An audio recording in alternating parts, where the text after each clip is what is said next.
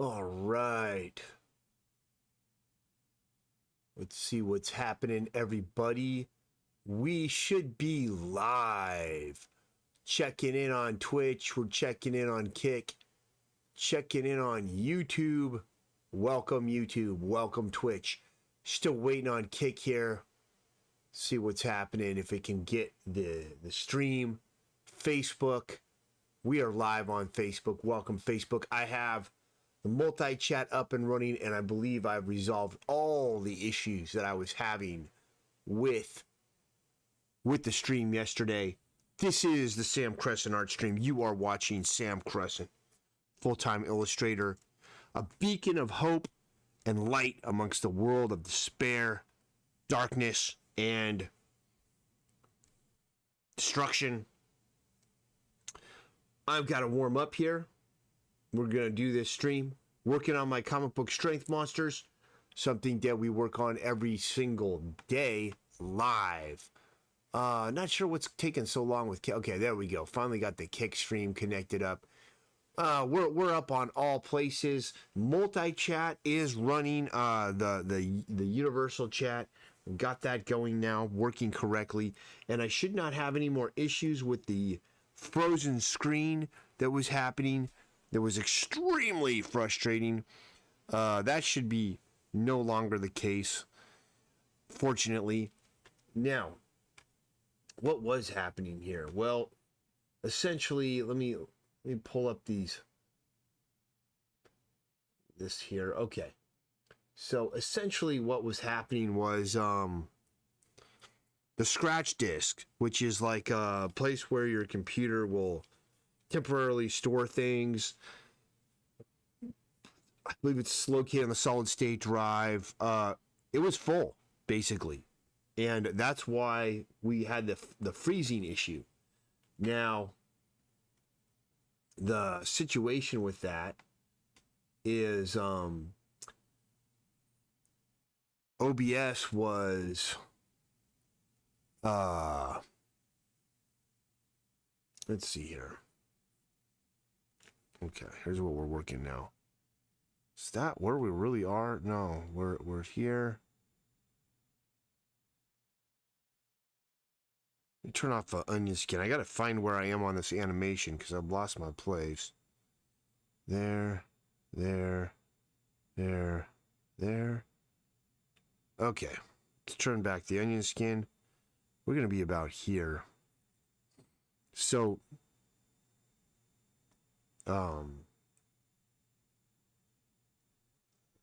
wrong color.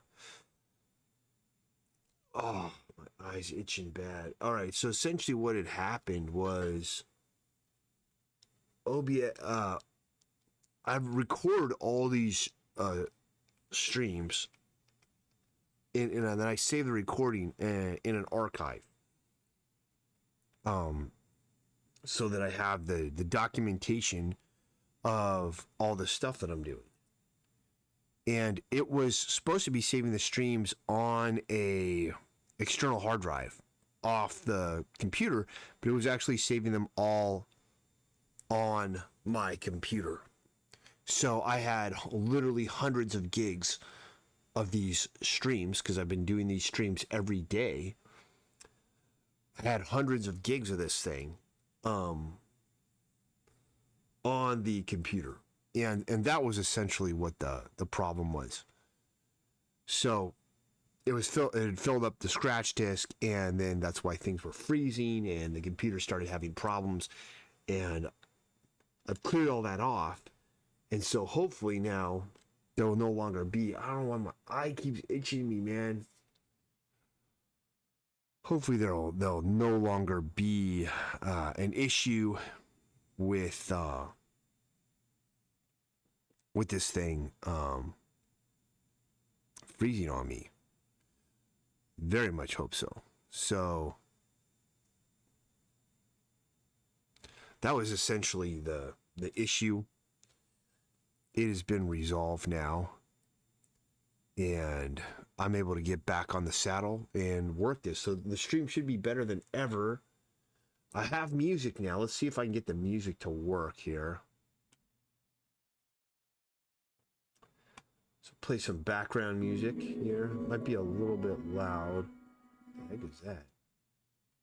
Let's restart it here. Alright, that should be pretty good here. Should have a little bit of background music going now. Music is by David V. Stewart. He does live performances on YouTube of his music and allows use for streaming. He has been credited here in the audio portion of this video, and I will be certain to credit him appropriately in the description or whatever you're supposed to do at some point here. Now, right now, I just gotta kind of warm up. What we're warming up with is just this. This music seems a little loud on my side. I'm gonna turn it down just a tad. What the heck, man? Alright. It's kind of overwhelming me a bit. I've got the parameters set up so the music shouldn't be able to go louder than my voice.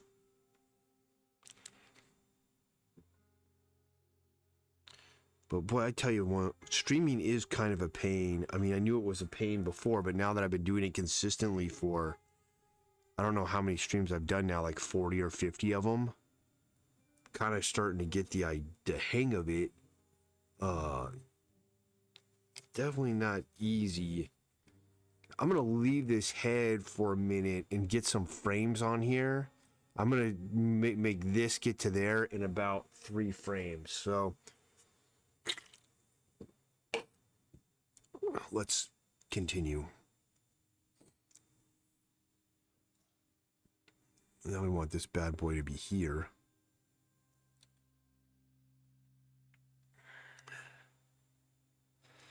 It's a big day today. It is Tuesday, May 26th, 2026. Boy, there's a lot to get done. Just found out that Mom got to renew my auto insurance. It's about to get canceled because we had a lost credit card, had to replace it, and then forgot to, essentially forgot to put the new credit card into the auto pay for the auto insurance. So we're going to take care of that. And I'm going to take care of that today. A couple other things that nature, just life things that you always have to be handling. I'm going to print some more shirts today. I attempted to print some shirts yesterday and abandoned the job. Again, there was parameters that were in place that I was not happy with. So I've corrected them all now, reset up the job, and we should be able to get good prints. It's amazing how, as long as I've been doing screen printing for, which is a long time, I still feel like I'm constantly banging my head against the wall with it. And now it should be a little better, should be a little more efficient now that I've moved, I have a new equipment coming, a new situation in hand with this new press that will be here on Friday. This is something that I've been working towards since last year. And last year I upgraded my dryer, which made a huge difference, completely changed my life as far as screen printing goes. And I'm hoping now that I'll have upgraded the press to a more professional level press, not so much this entry level press, but a press that's going to be really have all the parameters working correctly. I should be able to really start printing some things well. My son's graduating from, this is a huge week this week. My son is graduating from high school on Tuesday. I mean, not Tuesday, Thursday. This will be the second kid that I've had graduate from high school of my 3 children. And essentially, he's going to be working for me all summer. So I've already started training him for screen printing. Now, the reason I did not train him for screen printing before is because I'm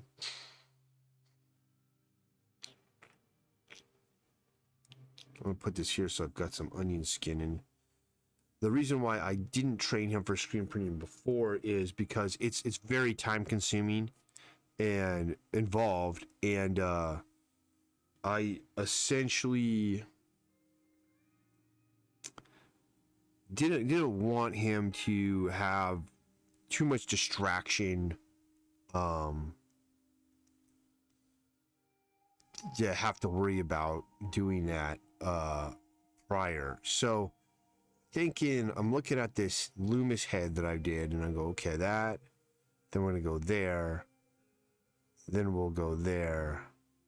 I think we're fine right there with those two. So on this one, we're going to add more to this Loomis head animation that I'm doing, where I'm essentially just taking a page from the Loomis book and literally animating it.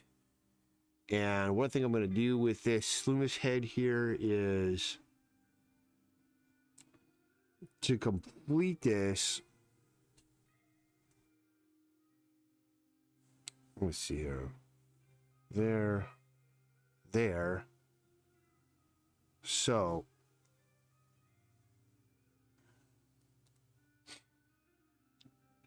I'm gonna go here.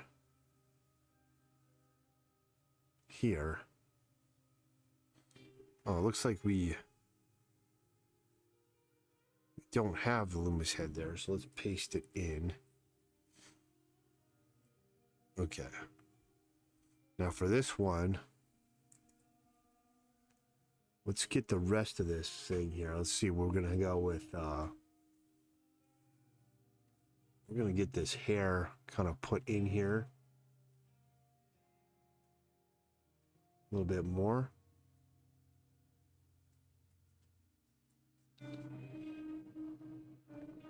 Kind of trying to figure out how best do it. I mean, my head is tilted back further than the Loomis one. Let's put that in. I'm gonna just put in the orbital sockets here. At least I don't see any reason why not to.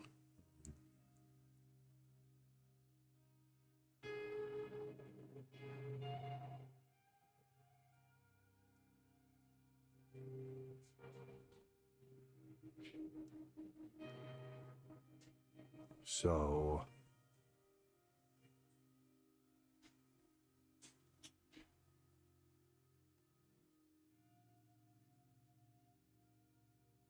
wait, what just happened here? Here. All right. Jumped the gun a little bit on the orbital sockets. Think we're just gonna go.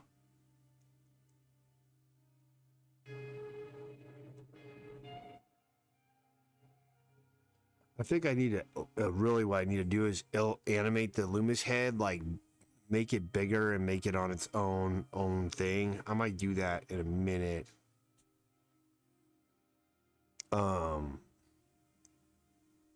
Okay, so here.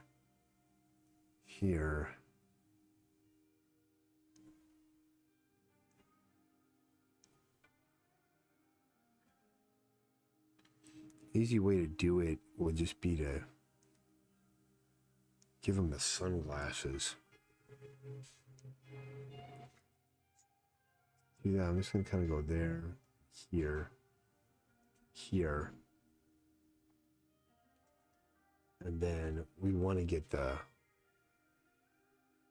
nose coming down in. Something like that. There. Go up here. Continue with this. Continue with this ear. This nose. And now we're gonna have the nose kind of come in here. Like that. We have the beginning of the mouth. Right there. Okay.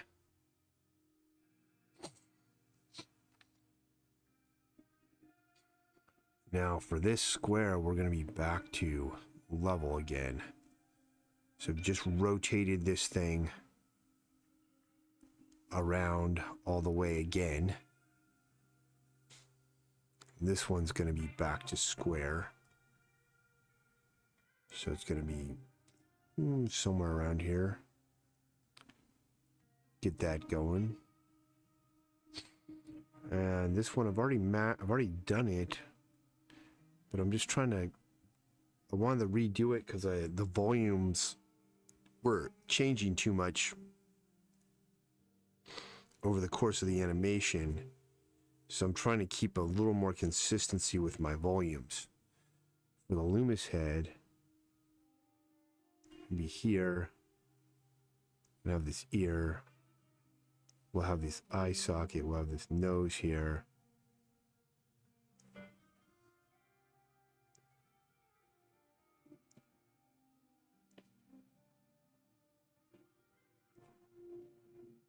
That's cutting up. It's cutting around.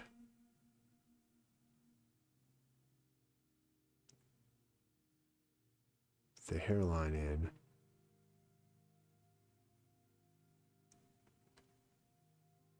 Got the mouth, chin.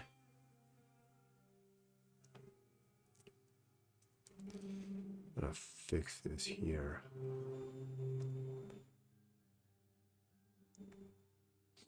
Ear.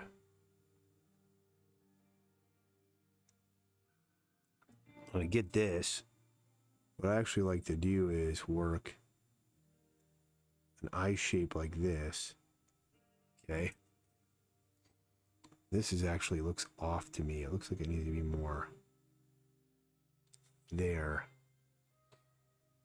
So let's adjust that.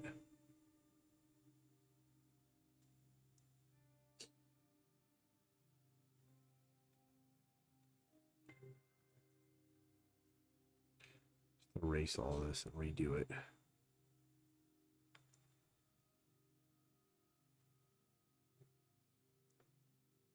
So to get this more correct, I want to take it to there.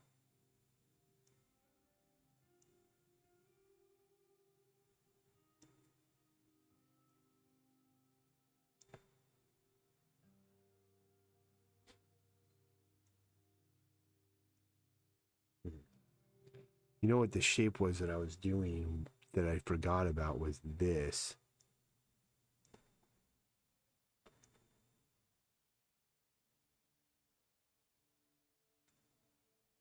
Now we've got the muzzle of the mouth here. Chin there.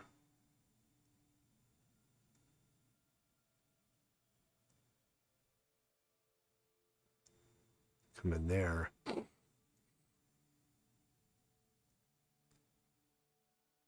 Center line still coming through like that. Let's do another one.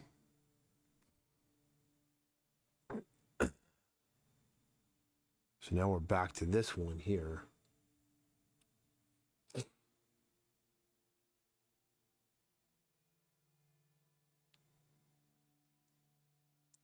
I feel like I'm actually getting the hang of this box to where I can do the box rotation from memory now without reference. Pretty confident about that as I feel like I'm getting a better hang of it.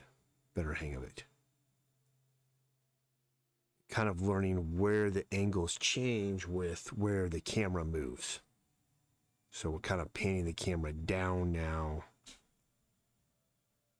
seeing where these angles are going to be changing to.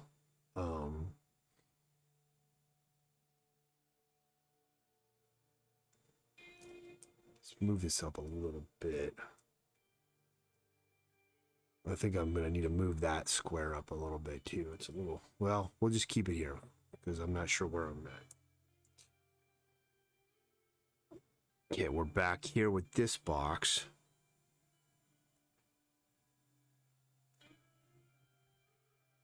Let's get this down.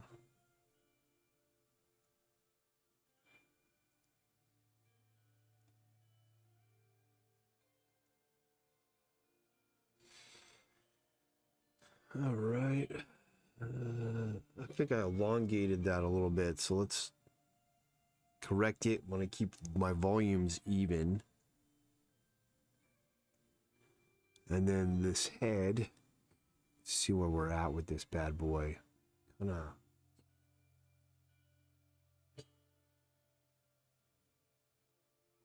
be there. Got this circle for the chin. Ear. Side of the head. Coming through.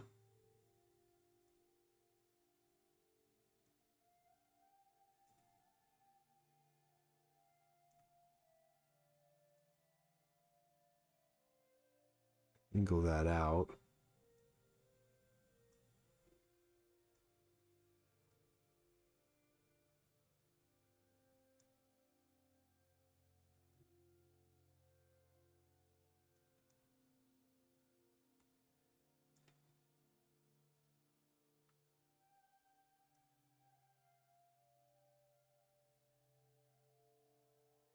Circles in those eyes.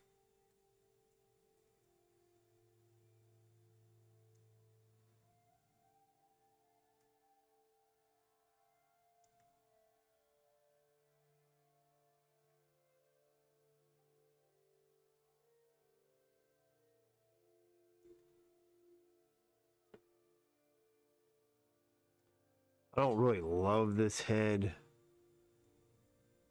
Kind of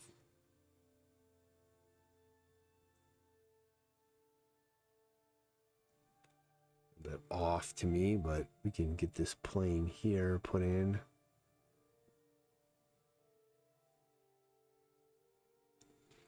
This plane put in. This plane can be put in there.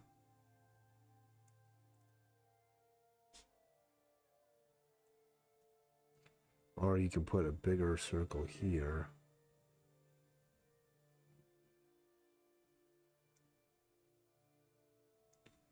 It's essentially kind of a weird looking head, man. I'm gonna just redo it eventually. Let's see what we can do here. If you see if we can complete this box. I'll do make this the last frame of the day for this. I'm gonna move on. Been doing this for 20 minutes now. And as kind of boring and monotonous as it seems here, drawing boxes like this, it's it is an essential skill nonetheless.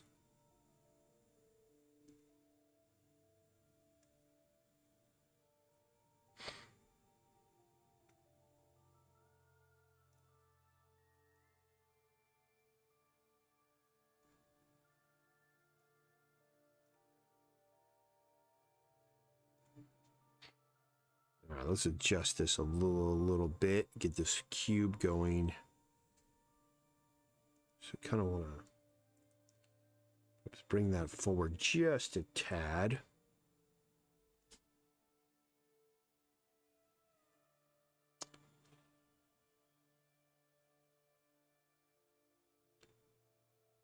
All right. I think I'm going to stop there. Let's see what the animation looks like if we play it back. So I'm looking at the rotational box and it's looking pretty cool. Let's pause it for a minute. Let's turn off folder 1. Let's play this again and see what we're looking at here. So we have some volume change on the spinning box that I'll need to fix. Top, the rotational box is looking pretty good. And then the head that's growing into a drawing is actually kind of cool. I think I'm going to start rotating that head around.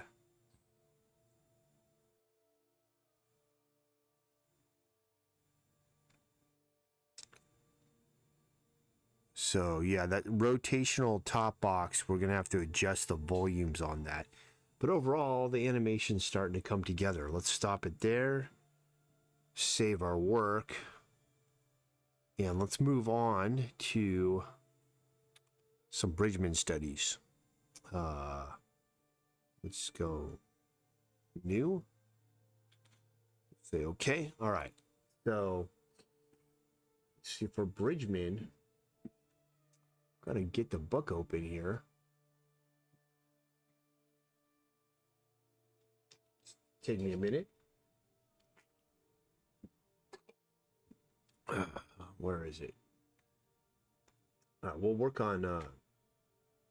We'll keep working on the hands as much as it's been kind of monotonous. It's like, you know, just gonna keep going with these hand studies. We've been doing the back of the hand, and there's still more back hand, you know, rear hand hands that we need to draw. I don't know how to show the reference because I've switched to application capture instead of screen capture, and that's predominantly because it's supposed to be more stable. So I'll have to just tell you the Bridgman page that I'm on, what I'm looking at.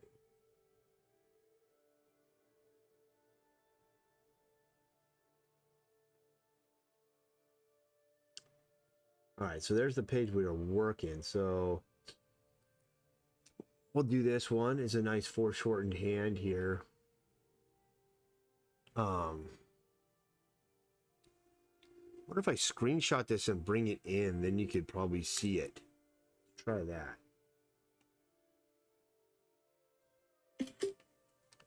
So if I do that, and then I'll kind of just drop it in there. No, I don't think I can.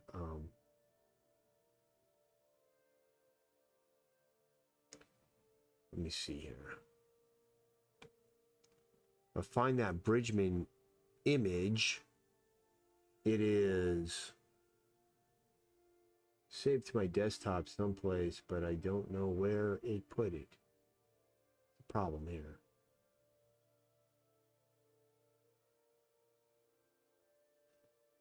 Okay, well, I don't know where it went. So let's just get back to it.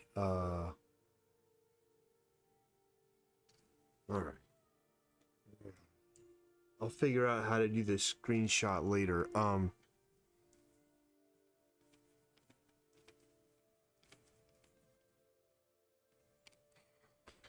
Again, this hand we're gonna start it out as a paddle shape. Something like that. Okay. Wrist there, and then we want to get all the fingers as a mass. So we know we have knuckles here. Fingers come up.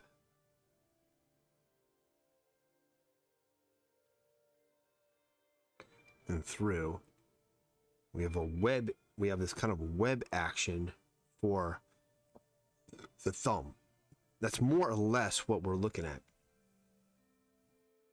I'm going to just shape out these different knuckles here. So we're going to go here. This is the index finger. I actually want to do this a little differently. Kind of want to get the Bridgman's organic shapes first. And I want to avoid getting all boxy and primitive with the primitive shapes right off the bat.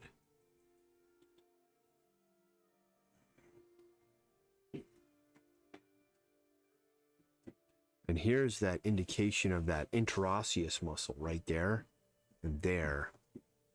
It's a big form right here.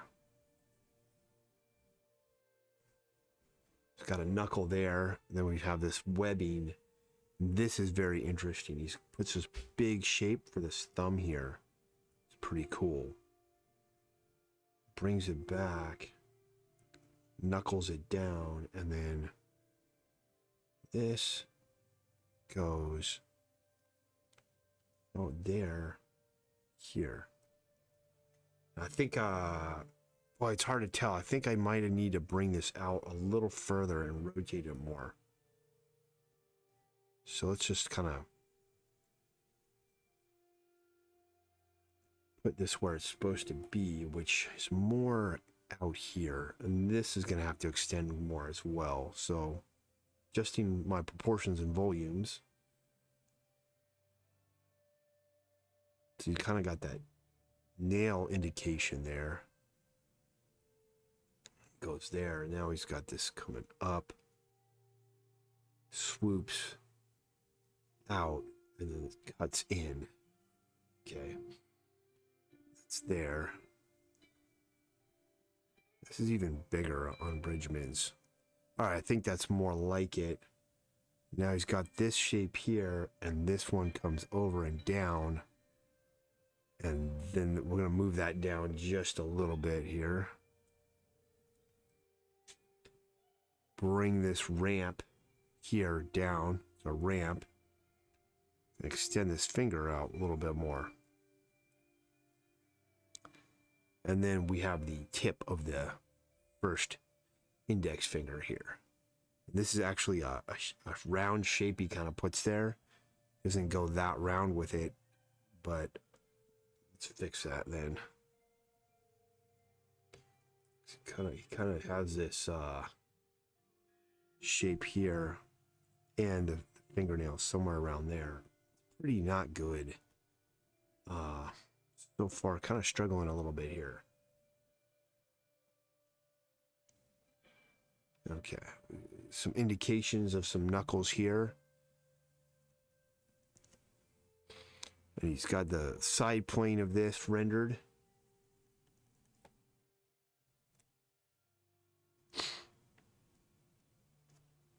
And he's got this rendered in here and there. That's pretty much that part of it. This one's coming here, there, knuckles it up right around there somewhere, and then this is an interesting shape. He angles and ramps, angle, ramp, ramp. Here, what do we got? Somewhere around there. But we have this coming out. This is coming straight. There. Let's see if we can pull this together here. Kind of lost the drawing, but I think I can get it back.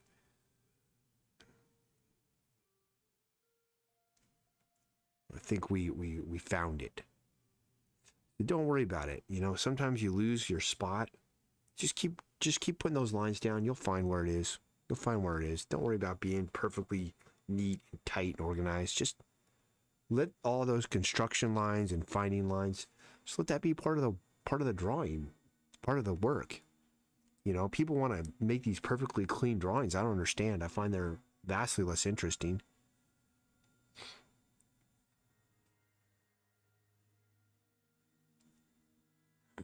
Right. This one's out here, actually, kind of. It comes there.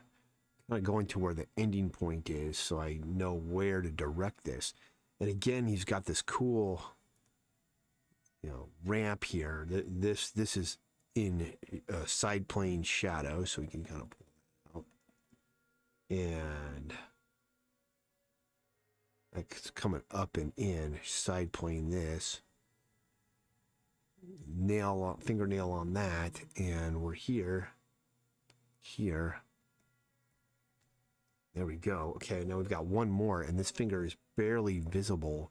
He does show it knuckle up here, and it comes there, and that's the adductor digiti minimi muscle over on that side.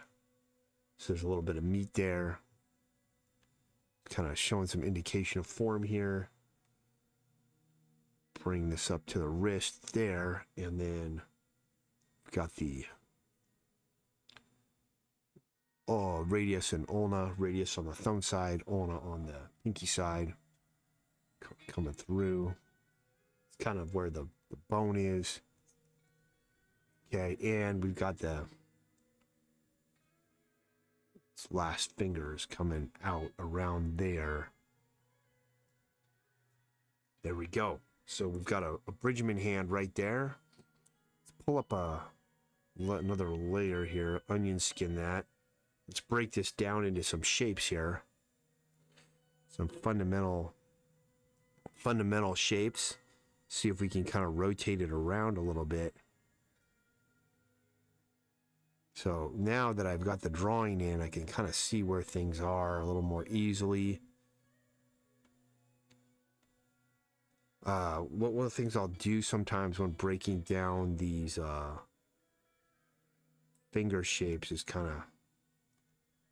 of make some kind of geometric shapes like this that are more easy to rotate.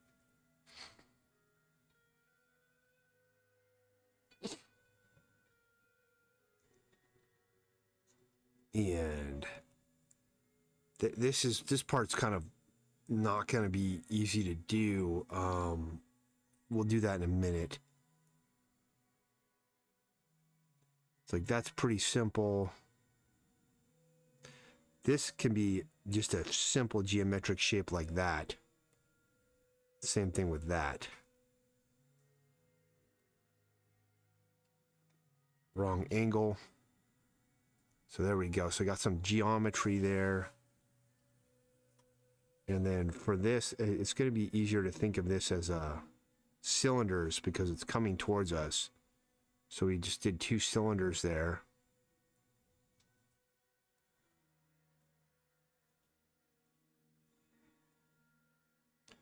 Again, we can get that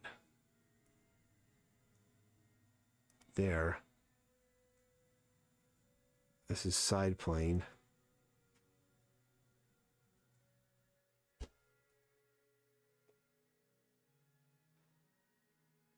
Shape there.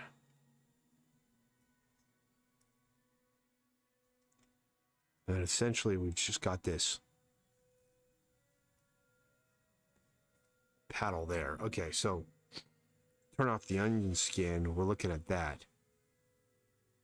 Now let's see if we can rotate that.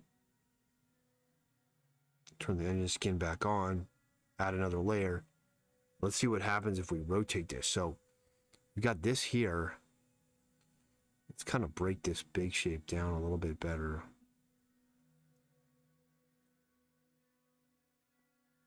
So there's our paddle. So if we're going to rotate this paddle, we want to move this one. Essentially, it's this right now.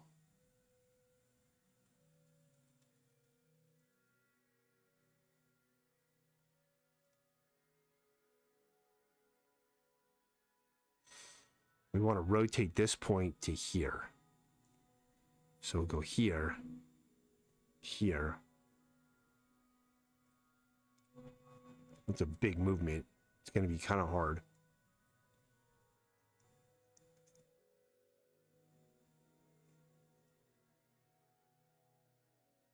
There. Let's get this right to the right size. So that's where I rotated it to. So we know that the middle finger is essentially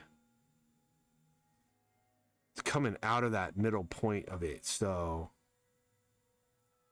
be right about there.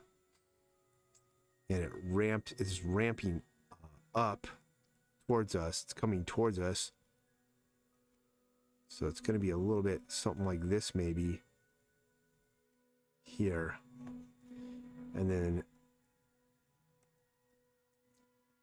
as far as the bottom goes, got these kind of geometric shapes we made like that coming in. So that's where our middle finger is. Now we have the thumb is coming off over here somewhere. Let's do the index finger. So we are index fingers here. Got a bit of a gap between it and It's still coming the same direction though, so it's kind of here. And it'd be ramping towards us. Coming up here. Kind of like that.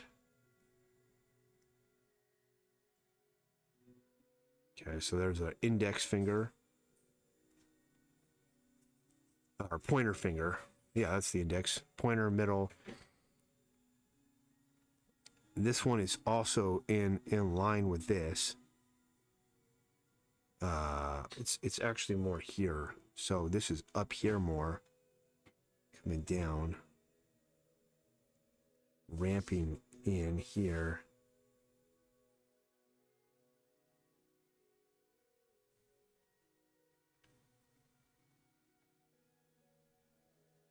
Then we've got our pinky.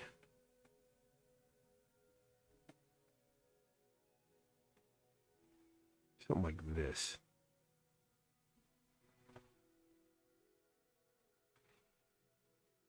Let's turn off that onion skin. Looks like a spider almost. Okay, now the thumb is here. Well, I think we're gonna see a more side view here.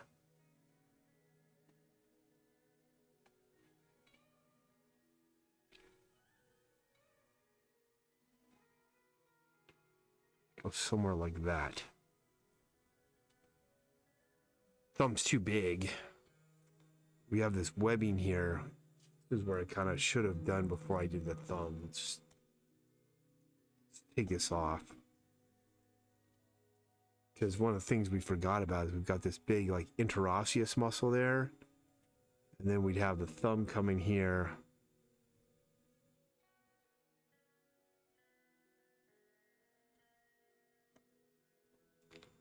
That can get some knuckle indications on there.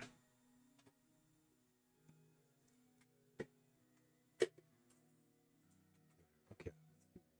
See what we're dealing with. Turn off the onion skin and we rotate here and here. Yeah, see, we kind of have some rotation on this hand. It's not perfect, but we can make another layer here, turn our onion skin on, and we can kind of clean this hand up so it's a little bit more accurate to what Bridgman was drawing. I think it would be kind of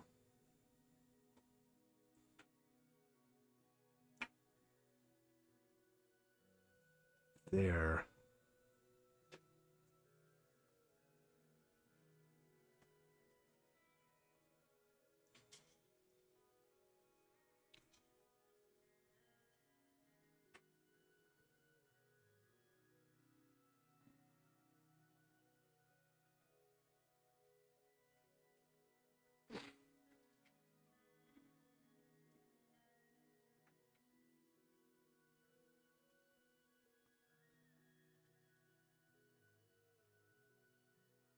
This is kind of cool how he does this. So we're just trying to apply what Bridgman did in his drawing on this one, just from another angle, you know? So we have to kind of invent, we have to make up, we have to think dimensionally, and this isn't the best, but it's working. I mean, if I turn the onion skin off, there's some semblance of a hand. I think the thumb might be the biggest problem. His thumb is more extended, but let's just keep going with it. We'll see how close we get, and maybe next time I'll be able to improve it a little bit more.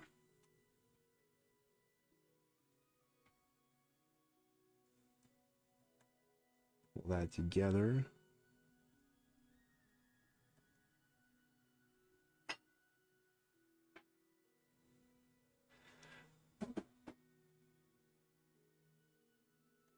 We can render in the side planes just like Bridgman did in his. Okay, and then we have this last one, which is kind of cocked over to the side a little bit more. I went a little too crazy with that. Bring it there.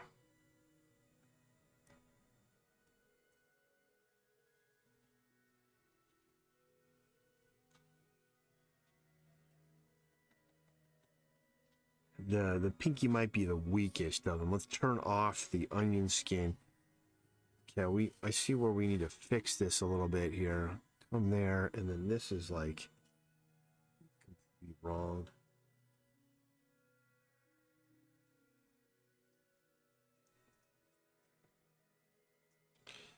The main thing I don't like is this thumb is the problem.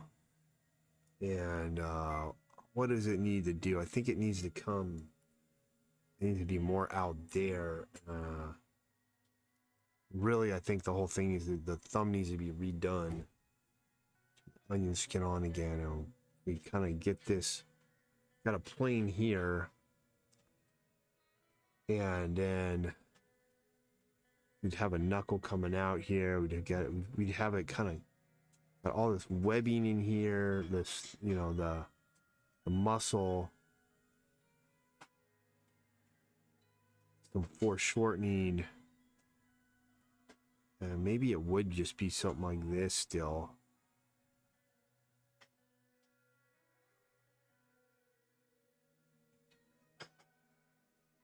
I still don't like it. It's just weird. The thumb is baffling me. It's baffling me. And we could put in some. We know we have that tendon that goes to the 3 fingers, so you could kind of put in some of that. If you wanted to put some veins in this thing, you could have some veins that kind of they wrap around the knuckles like this. The veins come up here, and they kind of wrap here like that, so we could kind of get some vascularity going. Come up to here, and then we've got veins coming there. We can put some more veins coming down. But anyway, let's get on to drawing the comic book. I've been doing this stream now for 47 minutes. It's time to work on the comic book. If we play this thing really quick. Yeah, I'm looking at it and hold on, let me move this over. I look at it, it's like, yeah, the thumb is the weird part. We did get some rotation, the fingers, we got some of the finger design, but the thumb, having a hard time visualizing that.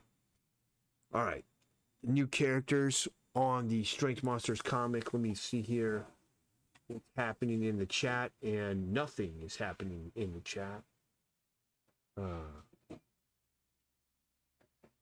Oh, I see. The screenshot was in there. Yeah. Don't save. Close. Okay.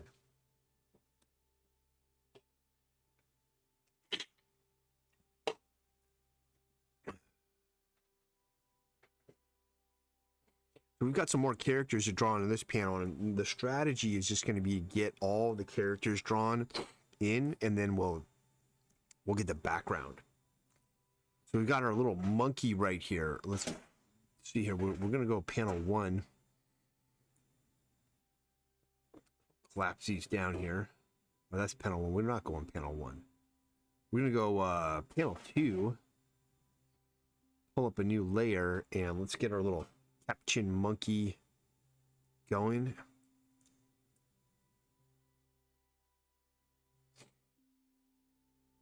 And essentially, I'm just going to make up this little figure here. It's going to be here like this. The way I do his legs is kind of there. And then there's not a lot to these guys' feet. They're just that.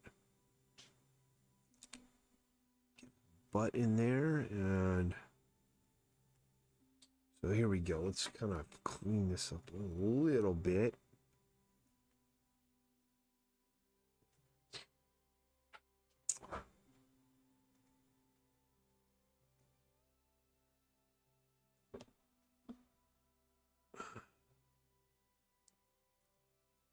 Let's redo this foot. It's gonna be like that. Gonna be here. Gonna have a thumb coming off of it, and then you'll have his toes like that. This one's here, there, and really not much more to it. I'm gonna have to just drop in my, because I'm not a virtuoso god tier draftsman, I'm gonna have to just kind of drop in my layout here because I roughed this in and it's not the best.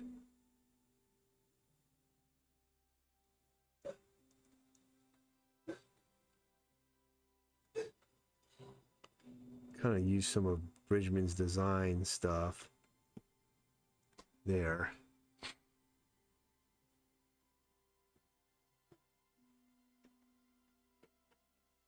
Back of his head here.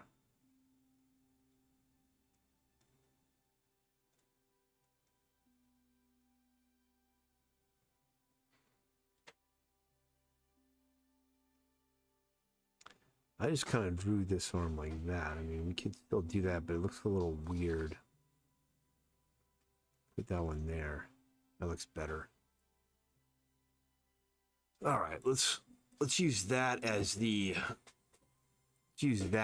our trajectory.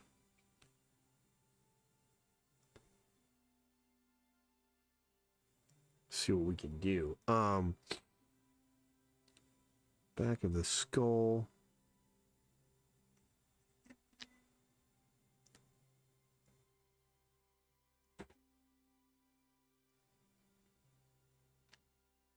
He's got his pipe.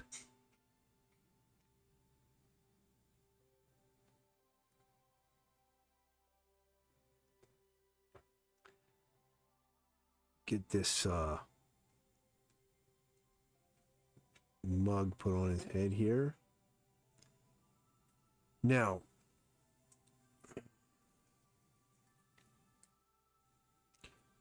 got a lot of t-shirts that I'm printing this week. And unfortunately, my new press won't be here till Friday, which means I won't be able to, I'll have to print a lot of stuff on the old press that I was constantly fighting, but you know, it's just the way it is. Now I'll tell you guys here, as I've been teaching my son how to screen print, explaining to him that how screen printing is a craft and what is the difference between a skill and a craft. That's something that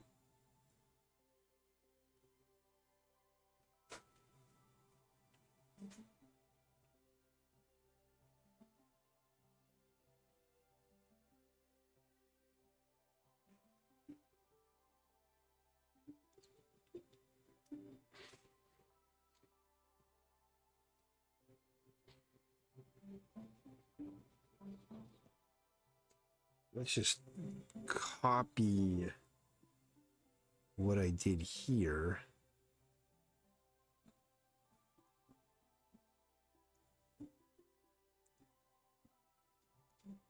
It's hard. That's hard to do. I haven't been to the zoo in a while, and it is nice to go to the zoo and sketch the animals. I would... I'm not gonna do that.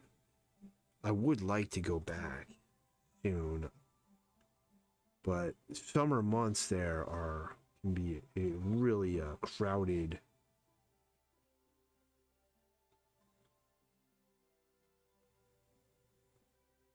Can be really crowded, the whole experience. Well, it's not too bad because I don't really walk around when I go to the zoo. I literally would just go to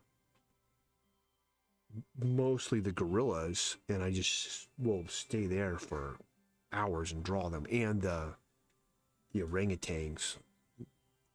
And then I would like to go observe some of the other smaller monkeys that they have. But really, I just like to hang around where the monkeys are and just draw monkeys all day.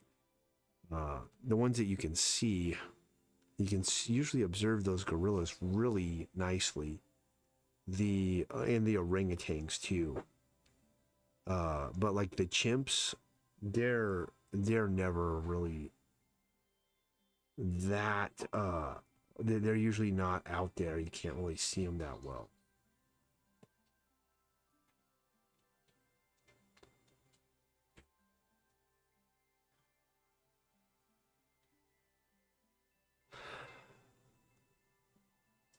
All right. I think we have a nice little sketch of this guy. It's a very small drawing. So let's drop in our line weights.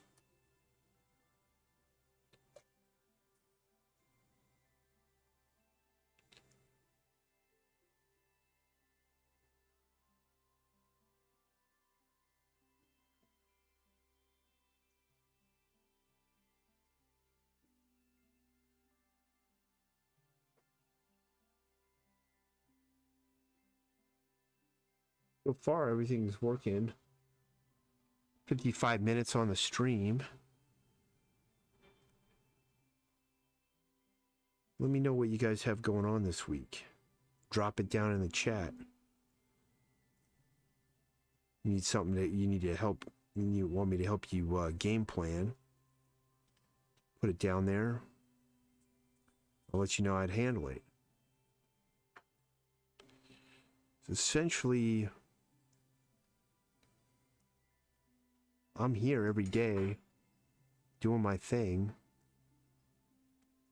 and I can act as a resource for you guys on many of the areas upon which I am an expert, which is most things. So just whatever you need help with, drop it in the chat. I'll let you know what I do. It's something I don't know, that I don't particularly have expertise in, then I just would have to tell you that I don't know. But most of the other stuff I'm good to go with.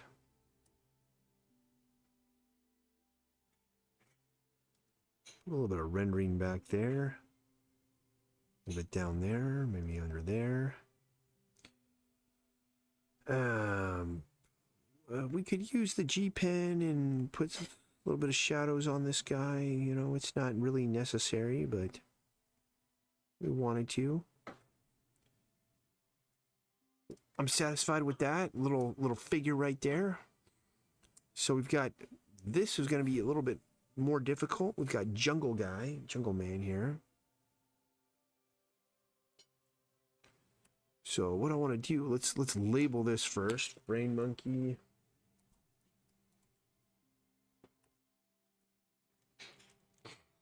And let's drop a shadow. Let's drop our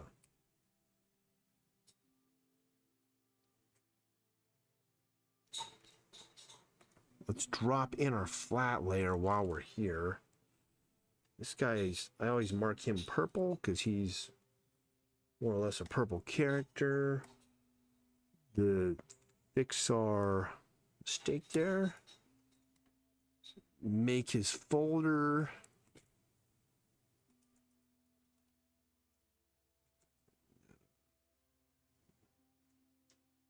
And I am now set for coloring.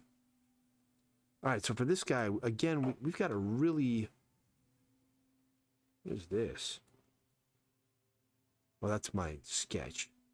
Just drop that into the original sketch. I keep a lot of these original sketches because, or these roughs, because kind of if we wanted, we could put them into kind of a step-by-step tutorial book or something that would show the process. I'm surprised I haven't gotten any of the AI spam yet. I usually get that. Like, more followers, AI this.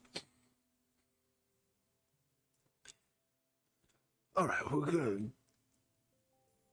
go back to the old felt pen here. Jungle Dude. So, I mean, I see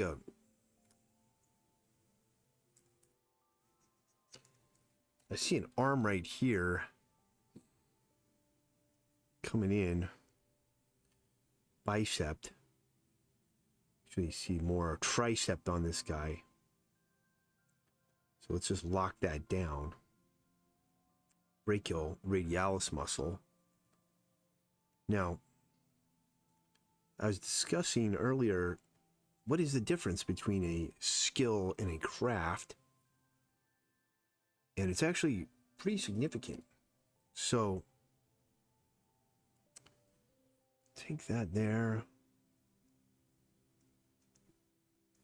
Trapezius muscle, get the back in.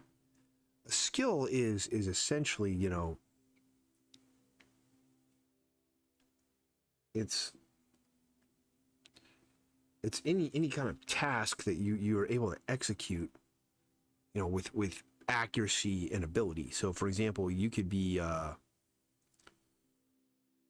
able to do like a specific weld, let's say. That would be a skill. If in screen printing, like maybe you can coat a screen with emulsion, that is a skill.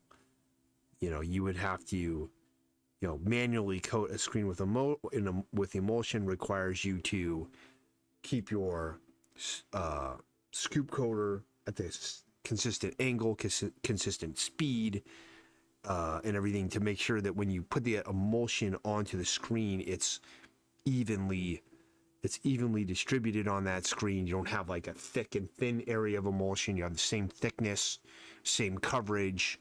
It's going to make your stuff more accurate. That would be a skill.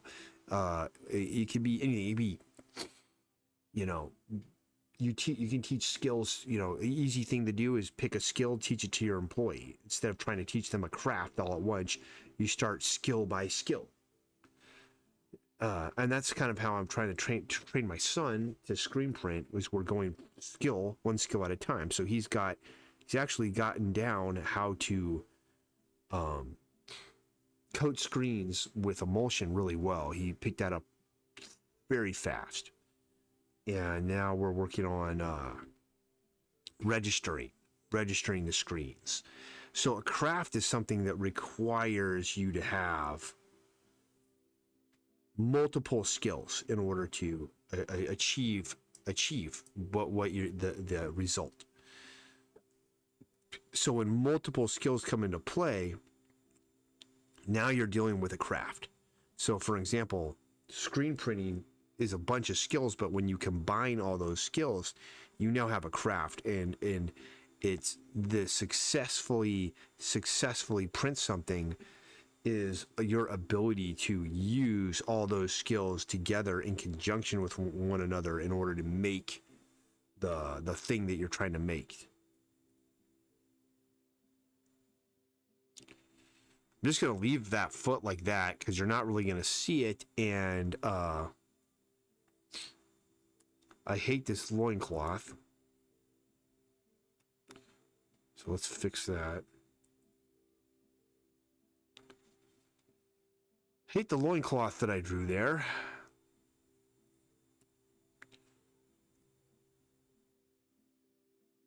So yeah, essentially, when you have to combine a whole bunch of skills together in order to achieve an outcome, you are now in the realm of craft. So you are a craftsman or a craftsperson, as we'd say in the modern era of today. Or you are a skillsman, a tradesman, a journeyman, skills person, tradesperson, whatever you want to call it. For people that don't like the gender, well, I don't know what the hell you call that descriptive thing. The problem is, I don't know what you do if you speak Spanish, because like everything in Spanish is like gender driven. Everything's male or female in the whole language. But I digress, you know. So to get back to the beginning of it,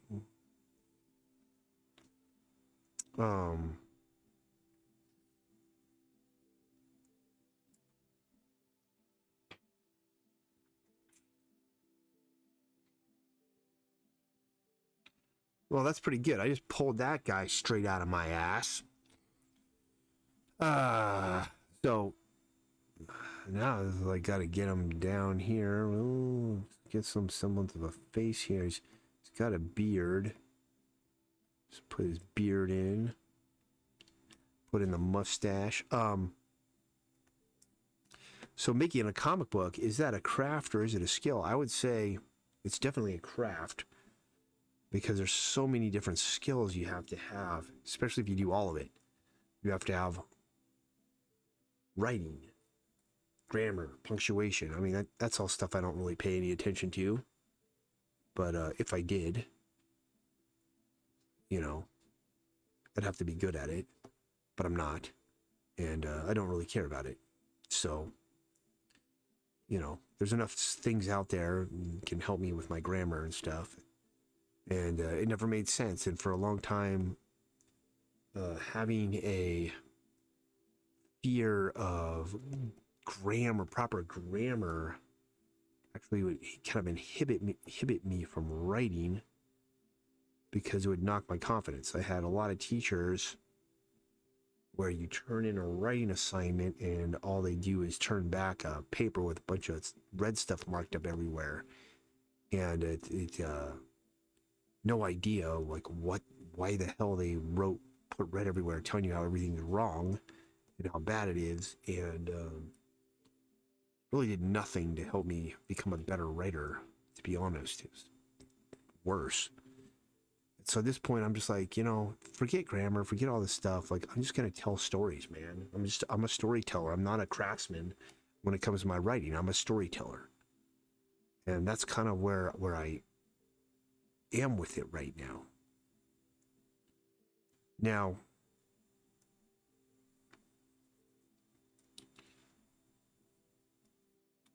the next thing I'll say about it is, yeah, I'll say this: when the AI, whatever, the LLM first came about, I thought, oh, this might be a really good thing to help me with my writing. Like, it could correct my grammar. And I quickly learned that it actually could not.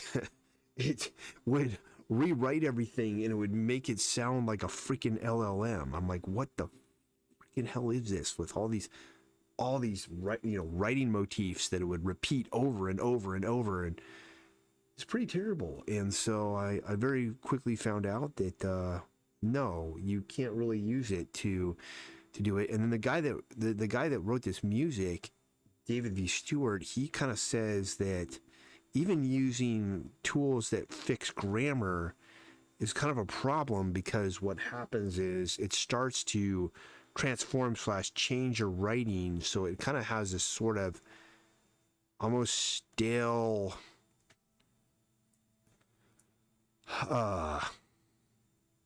feel to it. Now, fortunately for me, when making comic books, you can be more of a storyteller and less of a writer. You don't need the mastery of the language.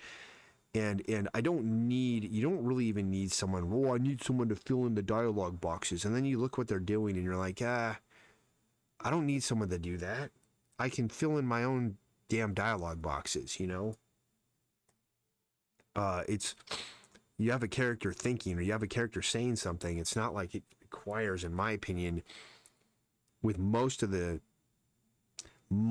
story being described by the images, you don't really need somebody writing in all your dialogue, you know? But it's one of these things that writers have kind of done to try to keep themselves employed, is convince everyone that you can't, you can't do that. You need to have a real seasoned writer write your dialogue in for you. When we know how we speak, we've been talking for years, telling stories for a long time. I think we can write our own dialogue, unless you're just, I don't know, you have no semblance of how to do it. There's a lot of resources that can help you learn how to write dialogue, different kind of writing books, how-to books. Now, the other thing I was going to talk about or discuss here is don't remember, actually.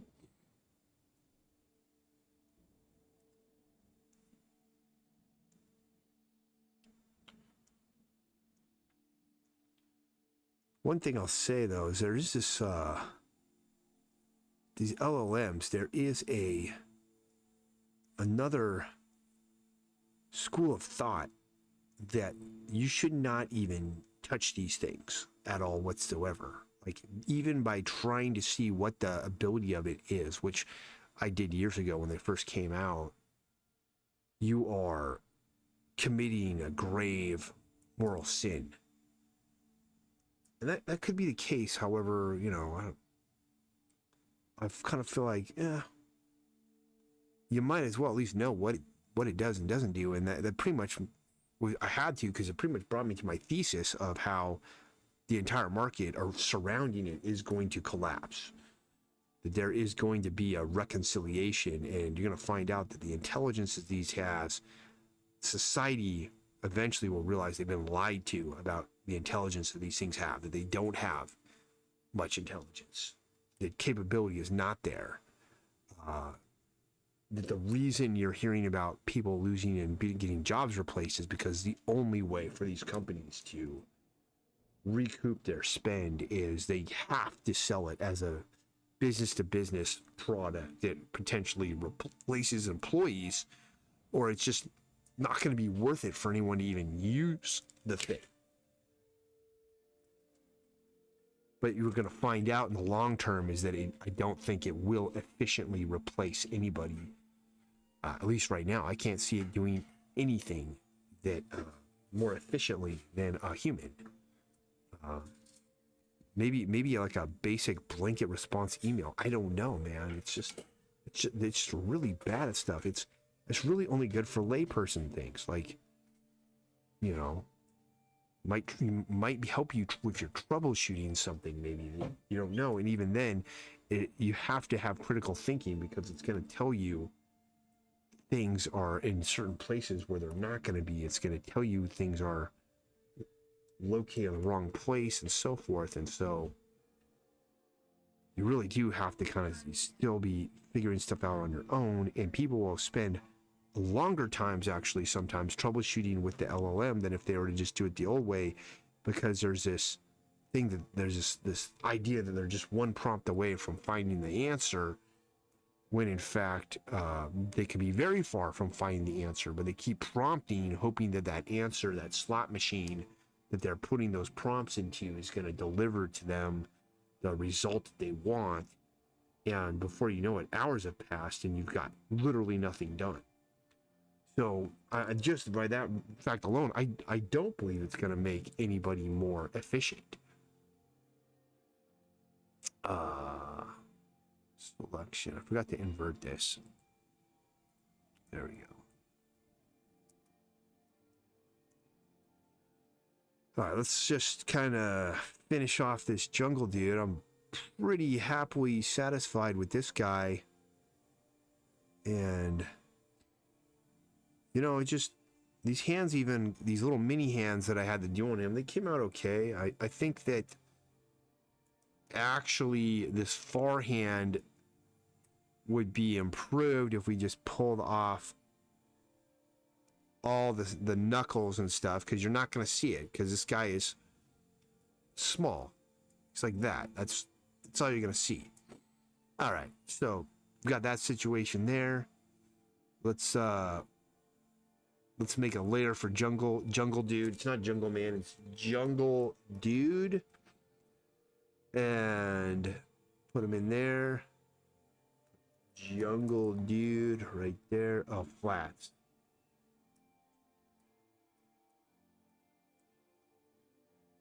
You always gotta label your stuff, or you'll be in with some major problems. Okay, so now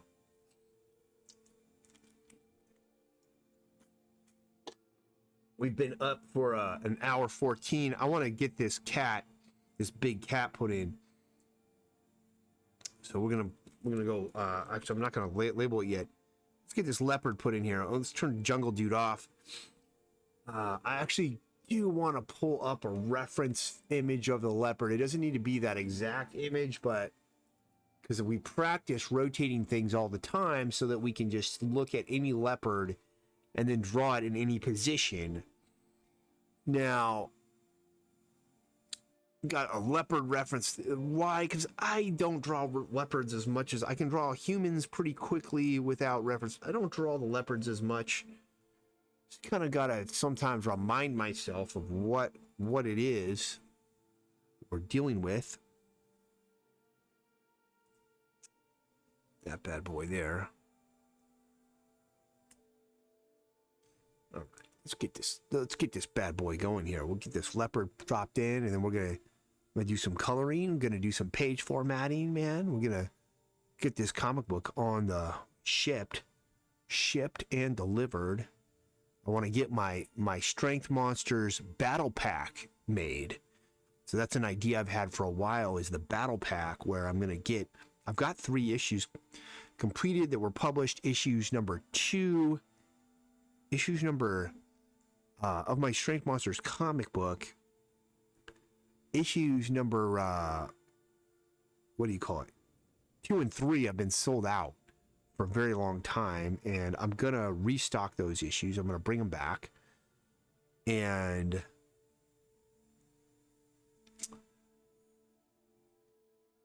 I'm going to bring them back, and I'm going to, I've got a trading card set that I've created. I'm going to make a bunch of exclusive Strength Monster stickers, and a t-shirt, a glow-in-the-dark print, a whole bunch of cool stuff, and it'll all be included in the battle pack, which is going to be in its own screen printed box that I designed. In like literally the box will be a piece of art in and of itself.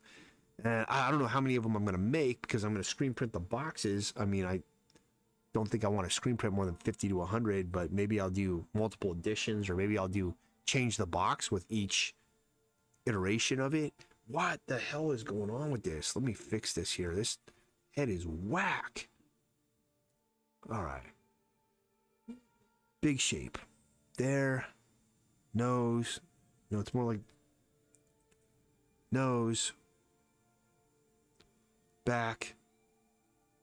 Up. There we go. Now we're getting this cat going. Eye. Here. Nose.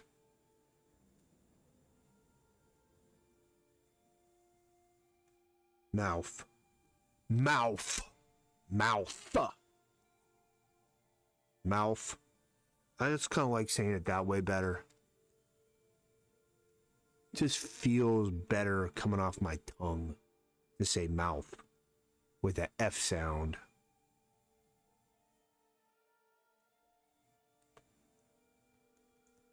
All right, now we've got a semblance of a head. They're not going to have this, that's more bobcat to have it like furry like this. Leopards are more like that. Let's get his neck here. Pretty cool, but not right. So we've got a shoulder blade coming up here, but maybe it's too big. Well, I can always make the head bigger. Shoulder blade here. Let's get this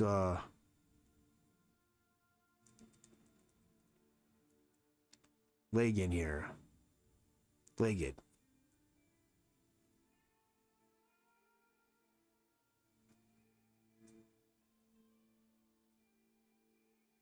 I'm gonna move this head and make it bigger.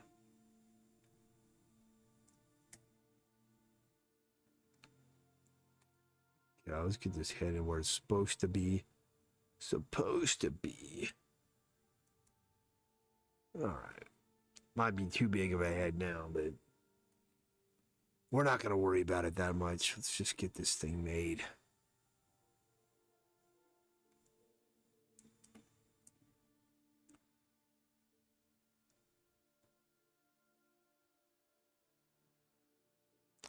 The problem is, I'm just going to leave it. I'm like, it might be better if it had more of a down shot, but whatever. We're just going to leave it. We're not going to kill ourselves over it. The perspective of this cat would you'd actually see the top of his back. Let's just get this in, and then we can rotate the the thing around and get it, we can get it in the right perspective.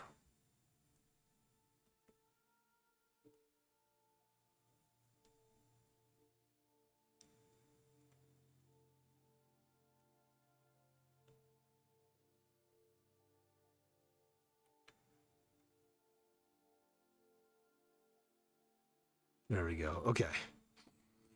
So let's knock this layer down. And if we're going to get this in the right perspective, let's see, we want it to be more seeing the top plane, seeing the side plane.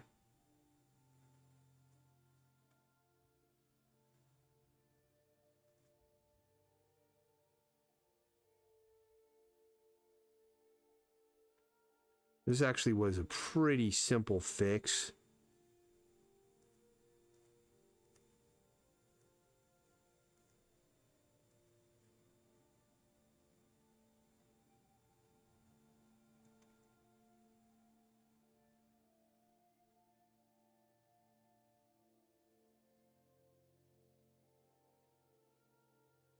I actually don't think that would be there. Oh, yeah, it's fine. They can go like this. This would be straight up and down.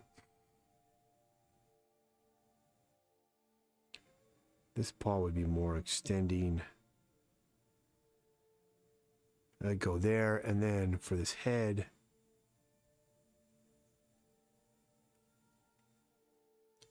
turn it that way a little bit more.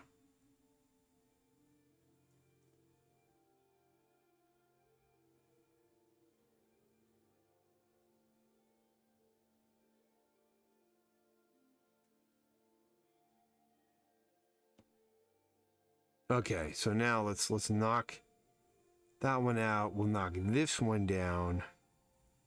Now that we've got the right perspective for the scene, because we're looking down on these guys, and I just drew like a total profile leopard, which is not what we'd have. Let's get this thing going here.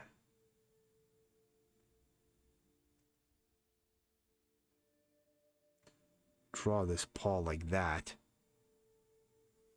Get his neck there.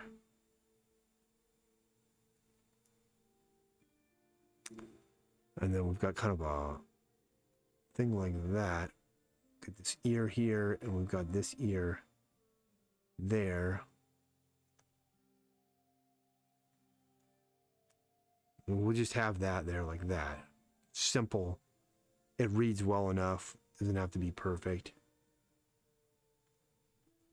Okay. Slopes and comes up with the legs. This here comes up like that.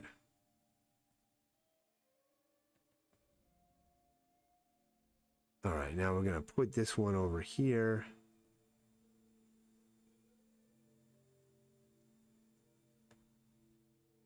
Let's fix this here.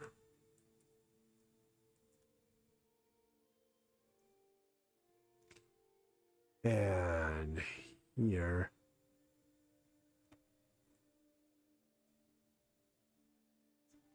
Something like that there.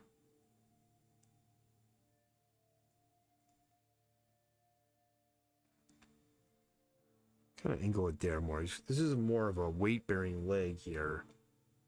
So go there.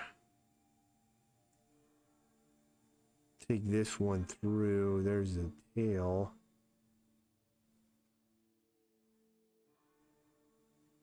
And I'm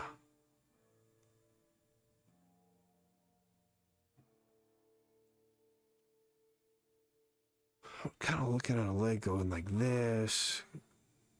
Goes like this. Goes like this.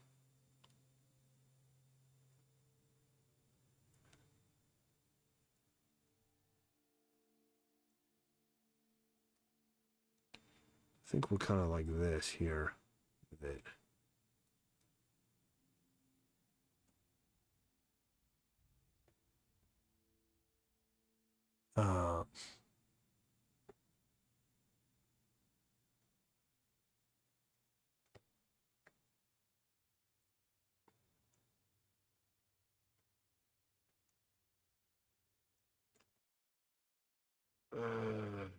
These back legs just look weird, man. Everything else looks good, but the back legs look terrible.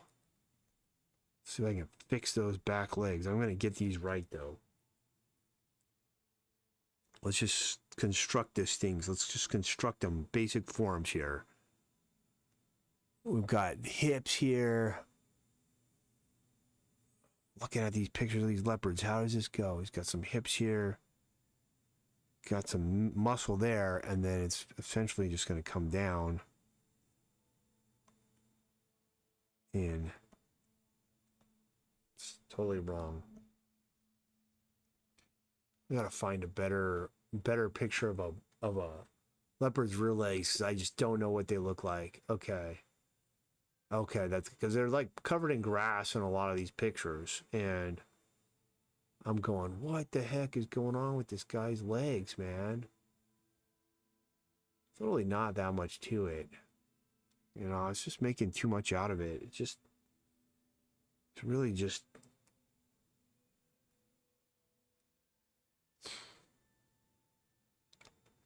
It's going to be like that, and then he's going to be way up here. Come down, and then we just have this. Basically it. It's making it too hard. A lot of times when the drawing's not working right, it's because you're just making it too difficult. And literally we just have something there. It's more. That's about right. Here.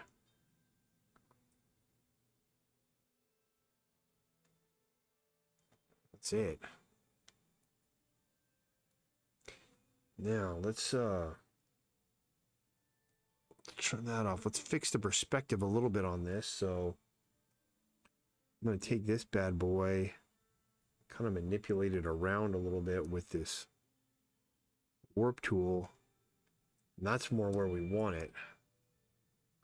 All right, now we're in business. Now we just put the spots on this thing.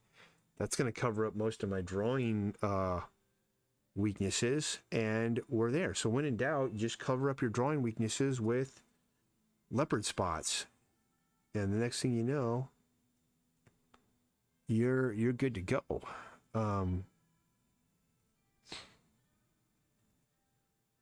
When they're up here, they've got kind of like the famous leopard, you know, whatever the pattern this is. When we get around here, it swirls around the neck here, swirls around the arm here. We do get some of these open kind of donut things. By the time we get down here, there's no donuts. It's just going to be black spots. On the belly, it's a little more solid shapes, and then they kind of open up as they come up the back. You know? So that's pretty cool. And even though this isn't like the perfect, most exact leopard, by the time you got all these spots on here and stuff, it's like everyone's going to be like, oh, that's a leopard. It's also a small drawing, you know, we're saying this big, but I'm glad I put it in the right perspective.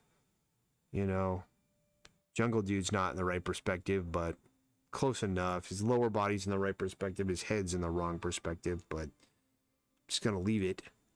You don't think anyone else is going to know that except whoever has watched this stream. They'll know, oh, Sam drew Jungle Dude in the wrong perspective there. Yes, he did.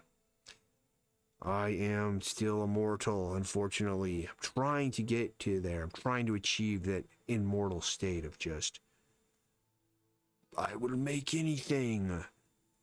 But I'm not there, man. I'm just not there, you know.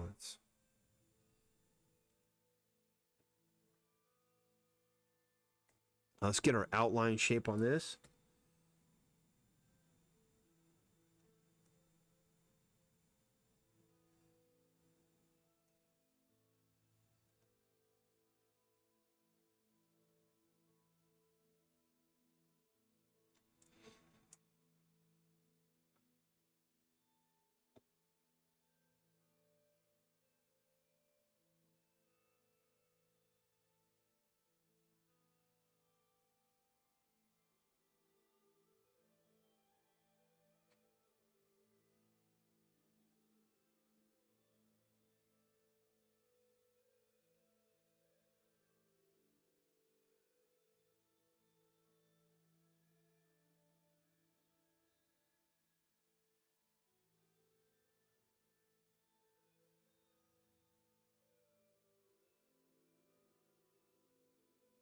Pretty cool. We'll go for the G pen. Get a little bit of shadows under there, here and there. A little too much there. Let's kind of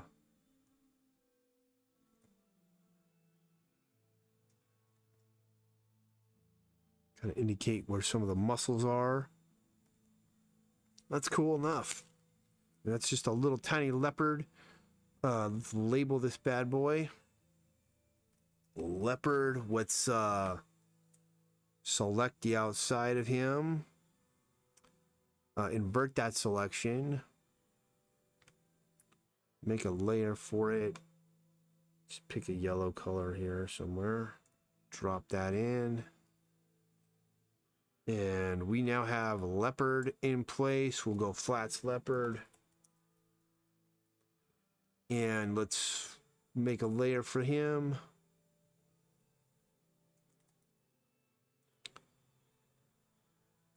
Put those bad boys in the layer. These are both layouts. Let's keep those and just drop them into the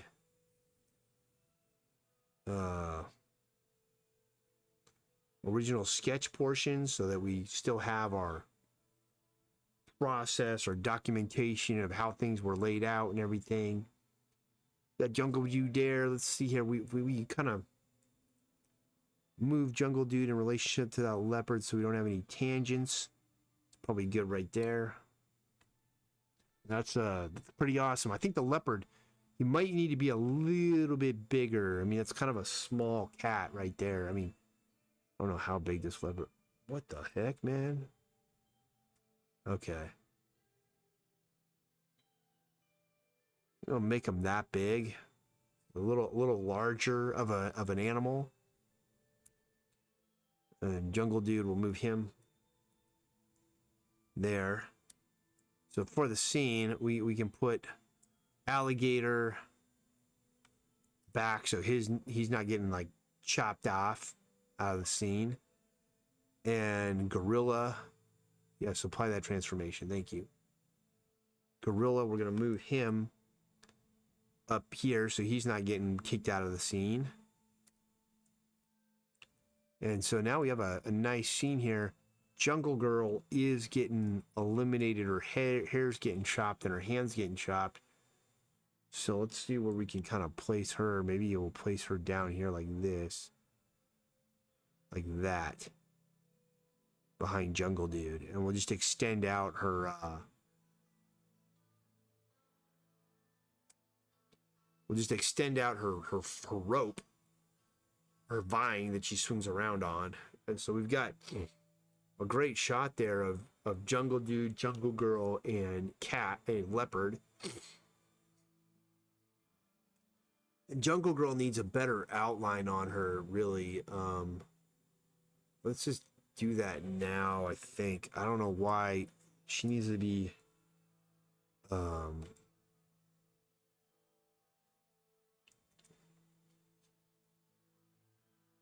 see here.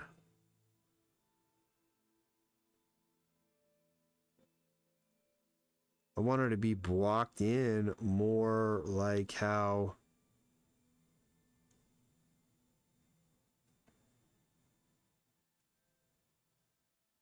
the other characters are.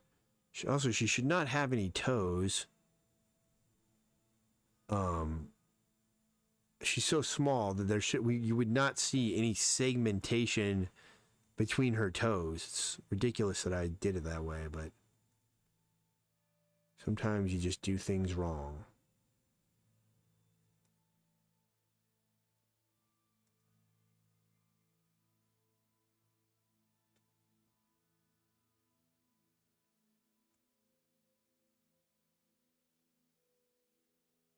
Ah.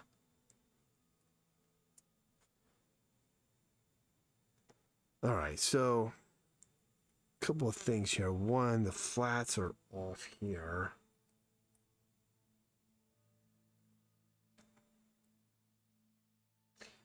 I'm not going to do the bottom side of that strap.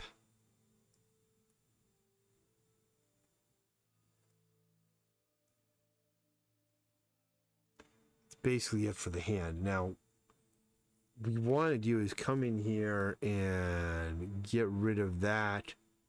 Get rid of these.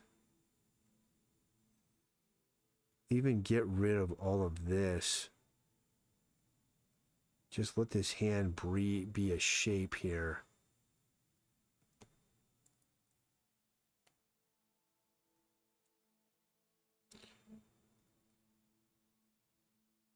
A little bit of indication of that thumb.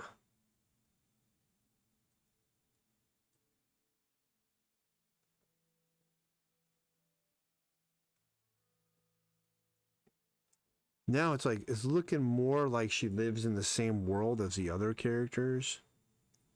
I think I was drawing her way too delicately. And I think I got this on stream, but it might have been during the time when the OBS was freezing my camera because of the scratch disk being full. Me not being aware of that.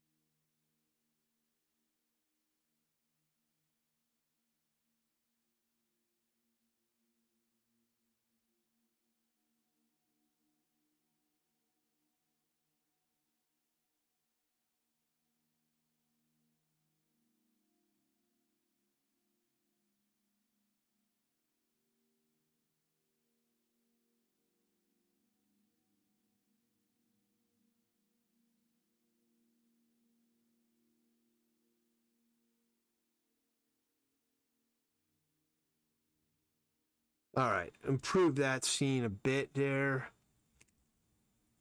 That's way better. Now she looks like the same as the other characters. Let's save our work so we don't lose anything. I could keep going, but the day is moving on. The day is getting late. I don't want to do this forever. So let's save this, which we did. Let me get coloring open now. So we're gonna open up the Photoshop here, which I will be off of very soon. So sick of this software. Just not quite ready to do all my, I got to get all my brushes replicated still for Clip Studio, and then I will be completely ready to abandon Photoshop. So let's do some weird. Put me over here. Let's do it this way. Right now, you're still looking at my Clip Studio page. If I go into here and I go to Strength Monsters, issue 4, colors, we're going to start color adjusting this page, 28.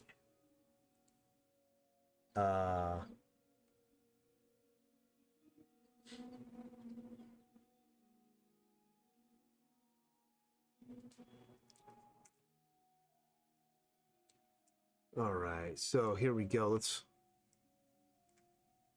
see here. Let's see if we can go to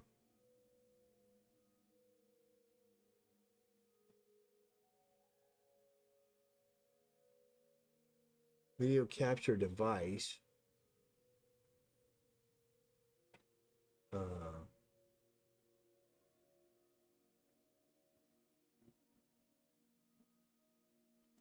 Video capture device, and we're gonna call this Photoshop, I guess.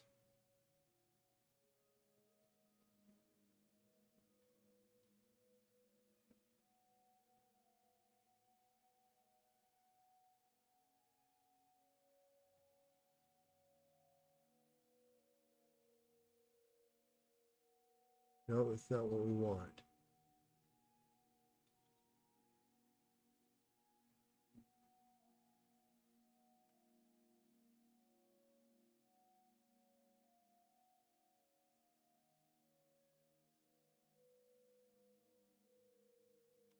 Um,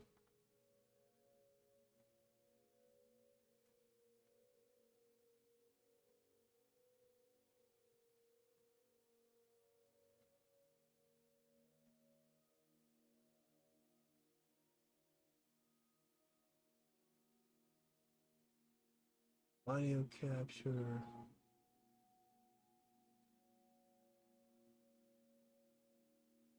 I don't know how. Okay, that's screen capture 4, so screen capture 3 is what we want.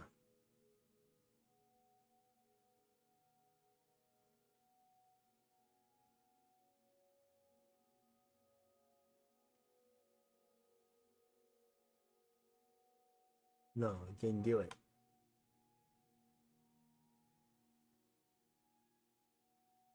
Application capture.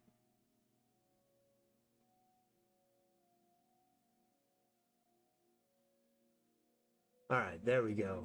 Got it. Okay. So we have this page here. I'm gonna take a break. I'm gonna get a drink of water or something, and then we're gonna work on this page. We've got all this background that needs to be rendered. I don't know why it wasn't.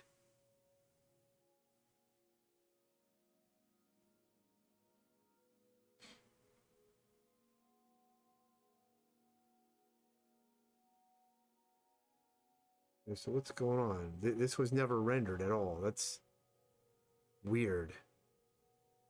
This was done to a degree.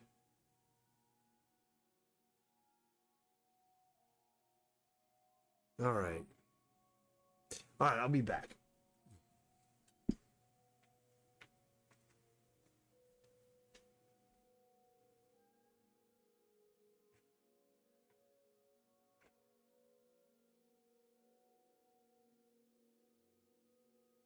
Oh. All right, I'm back.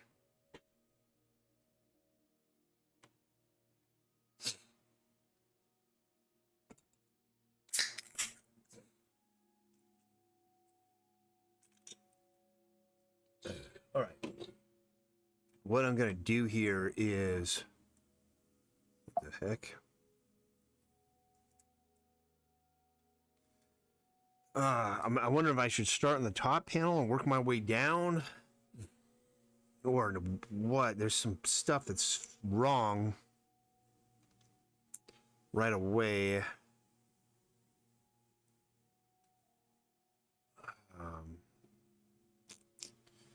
I'll work on this panel a little bit so you can see the process.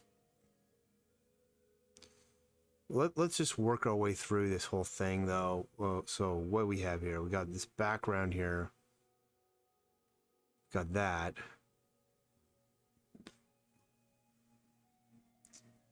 Let's turn all this off. Let me see what we're dealing with here.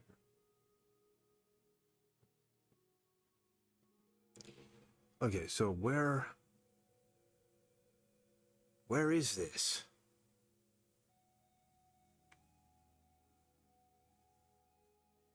Line art? Somehow that got mushed in with the line art? What the hell? It's ridiculous, man.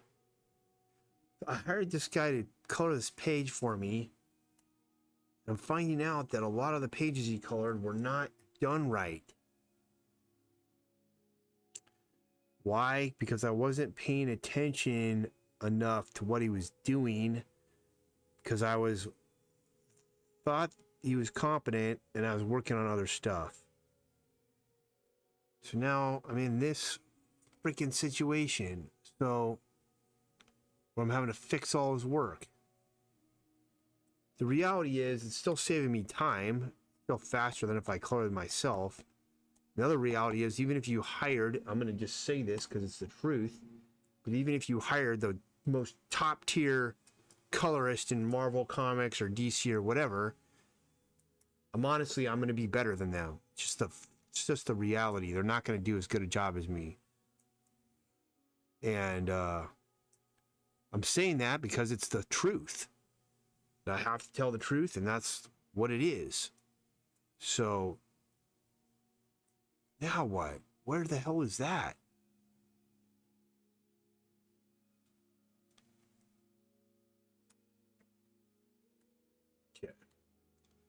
I believe, there, we fixed that problem. All right, so everything looks good here as far as these flats go, flat colors. And now we've got a texture layer and a texture layer there and there. Those are fine. There's nothing that needs to be changed there. So we've got flats, texture, texture. This is panel borders, which we're not even going to use. And then this is all rendering. Holy hell. We have a lot. That is something I put in there. So we still have a problem here. So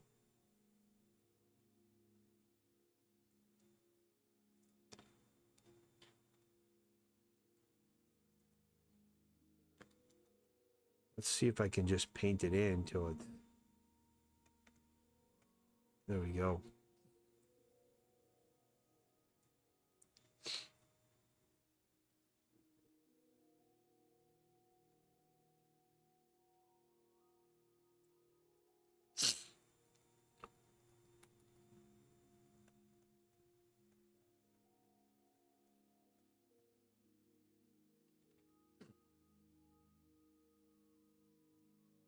All right, so now let's go through the rendering of these panels and figure out. Okay, there's some flats that are wrong right off the bat.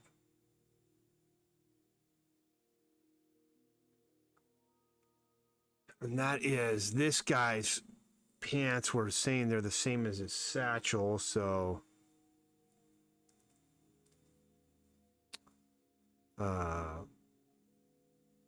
this to 11.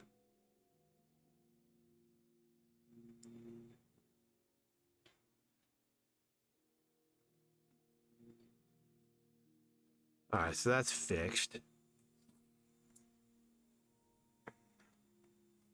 Okay, so let's turn off all the rendering, and I'm just gonna go through each layer one by one here and figure out what is what.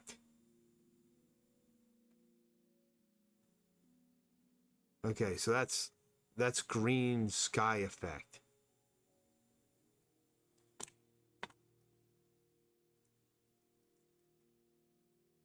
We may not even need that.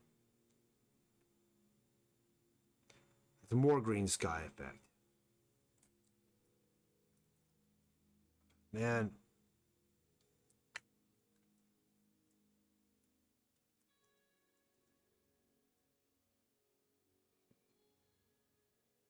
All right, this is all dark shadows. This is, I'm going to say this is cell shading.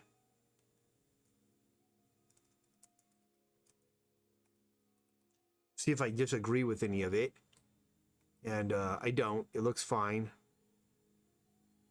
I could add more to it. That we'll do in a minute.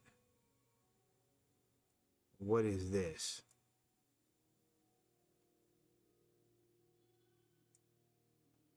Can't tell. Let's go. Let's select here and see. This is nothing. This is a blank layer that was just left there. So delete that one. All right, this is a rendering layer. What kind of rendering though? Gradients and texture. So I'm just gonna call it rendering. Let's see if I disagree with any of it, and I think it's fine. Nothing here that's wrong. Now we're in a highlight layer, so that looks good. Okay, this I vehemently disagree with because it's just random. We just got random lines going around. So we'll go back to that. Gouache, this is a texture layer. Texture layer. And this is another highlights.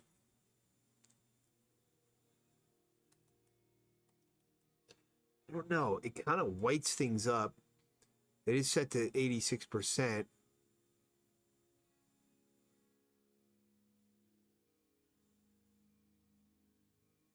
Let's just knock it down even a little more.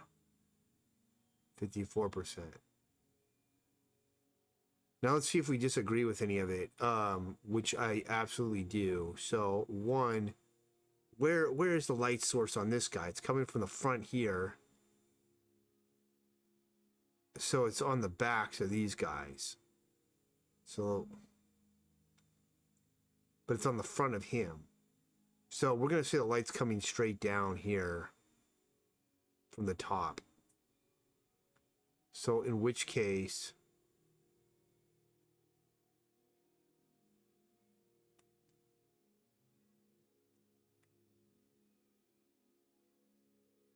what's going on? Okay.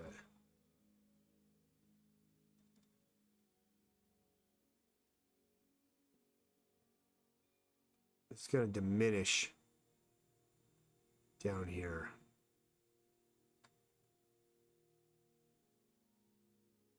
Same thing with these highlights. Keep that one. See, this leg would never be that bright. Knock that down. Knock that down. It's all fine. These are just micro adjustments that I'm making, and I think all this is fine. We can diminish there a little bit. All right, now we've got another shadow layer. So it looks like this is all the characters' ground shadows and such. It's fine. So what I'm going to do is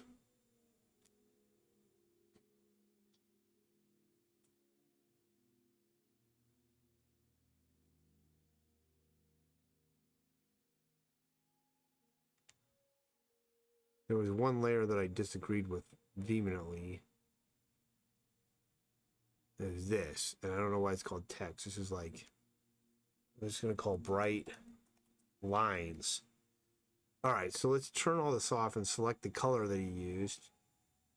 So I think it's a fine color.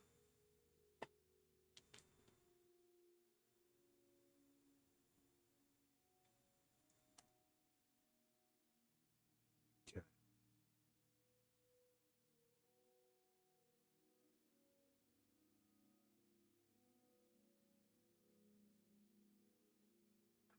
Give me a headache. Okay, so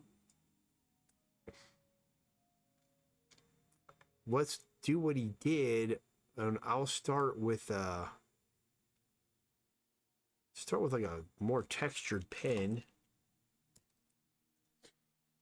because nothing in is gonna look like that, and it looks like he's trying to make some grass texture here. Whoops, brush. So let's just kind of we'll just get some grass textured in, and then what we'll do is we'll blend it down with our eraser. Let's switch pens. That one's, let's see what this looks like.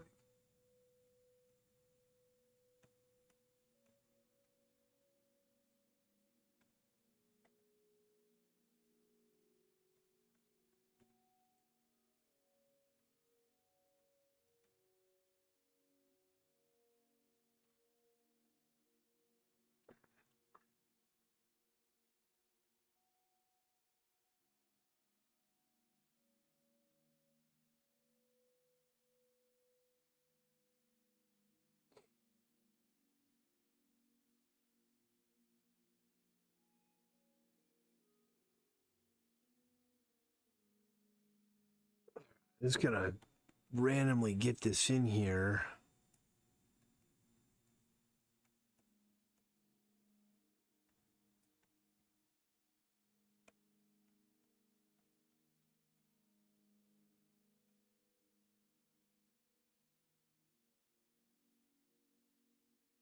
That's pretty decent there. Now let's see here.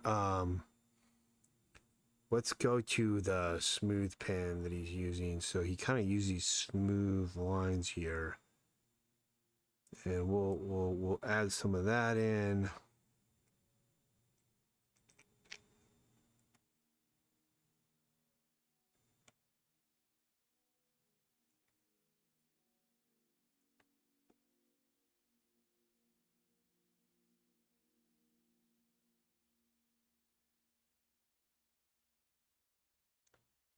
Okay, and then let's go with something even more. No, I don't want to do that. Do this guy. Let's go to our flats. I'm not going to do that yet. Let's go back here.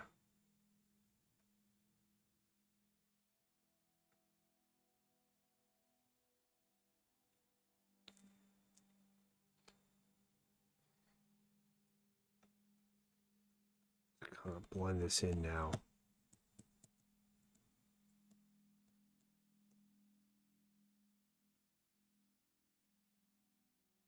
So I'm just using my eraser tool now, and I'm just knocking these down till it really integrates in with the texture that's already there, but adding a little bit more, because the texture that's in there is just like a paint texture that he just dropped into it.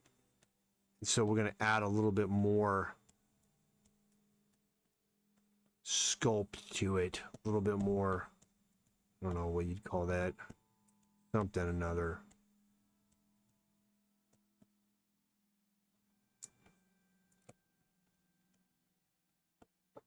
I'm going to knock that down there. So that's better. Now, that's a little more integrated. Let me see here. Some of it still doesn't look that great, but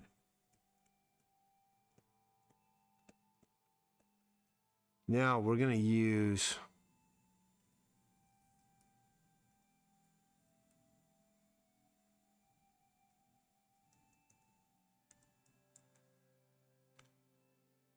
it looks like we have a whole section here that didn't even get colored. What the heck, man? Okay.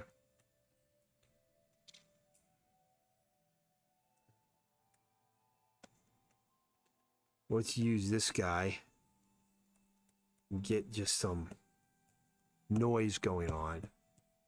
It's going to kind of help integrate this together a little bit. Let's do this on another layer.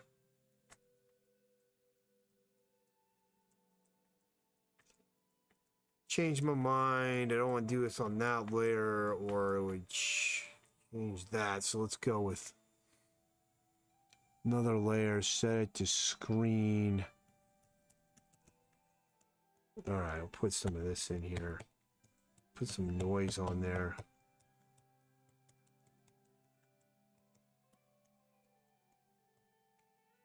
Now let's do one that we'll keep that for now. And we'll just kind of erase it off in the background areas.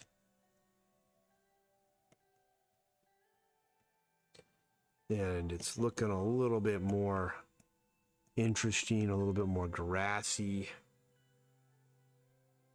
We'll knock the opacity down a little bit more. About there. We'll just call this noise. Okay, let's do the trees now.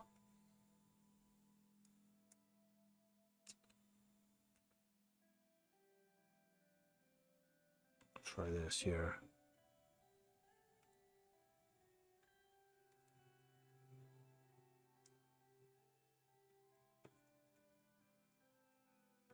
So yeah, let's get some of the stuff here going.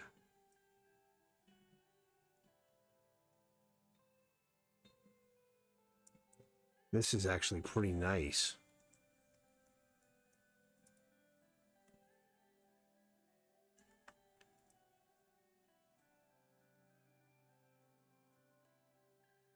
It's got texture on all this stuff, and then we've got this one freaking palm tree that's got nothing.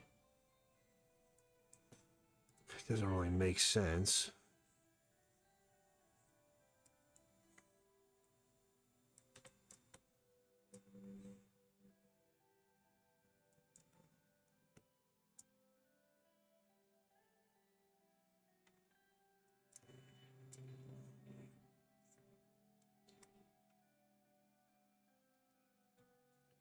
There's a 20%. What I'm going to do is just kind of knock this down a little bit here. Too much.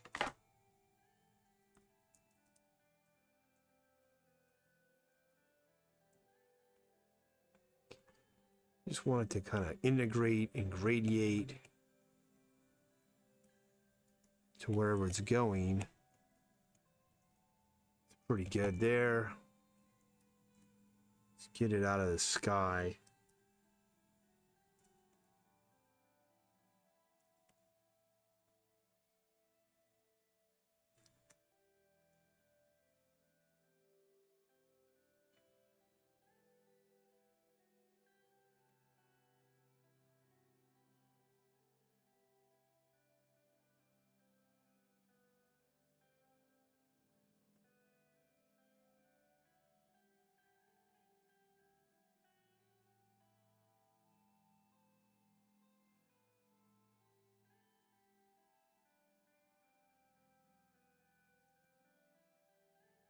So we'll knock it down a little bit on this back tree, but now that tree's at least got something looking at it, something there, so it's like not so bad. Okay, so everything else has to be textured up still, and I'm gonna do some dark textures on this thing. So, and there's a problem there too. But man, this is a sloppy page, man.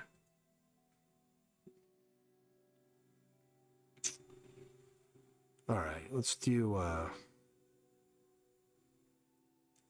dark,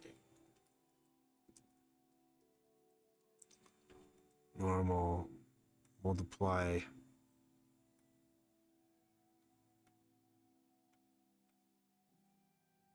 brush.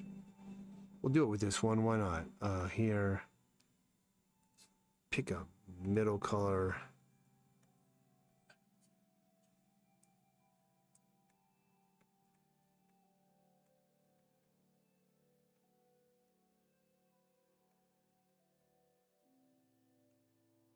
Now let's go with, we want this.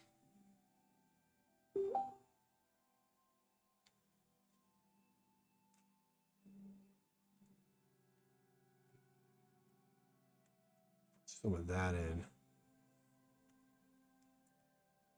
Now I'm going to knock this down. Let's knock it down this way.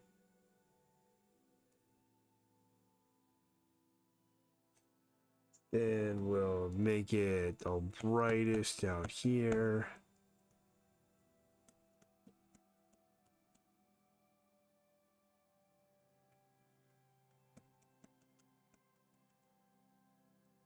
That's weird. All right, that's pretty good. Now let's go up here. Alpha lock that. Grab a dark green. Hit brush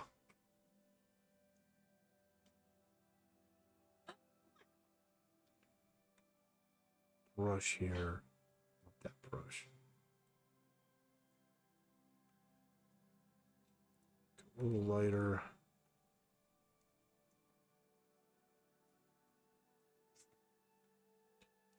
Yeah, so let's just hit these foreground plant things with this. Let's go a little darker now for the back ones. Just kind of pull it all in. Let's go even a little darker here.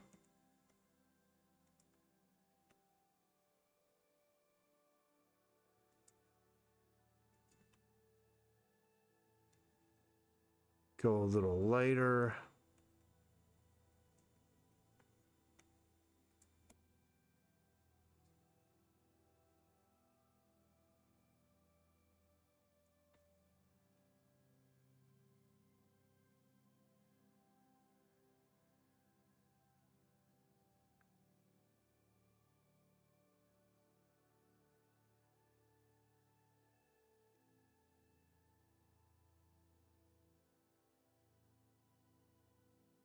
All right, that's looking better.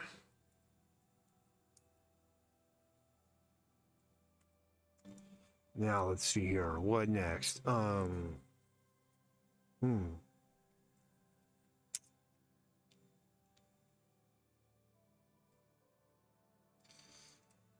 we've got more color holes to do. Got more background stuff to do. Go to this noise layer. And let's go to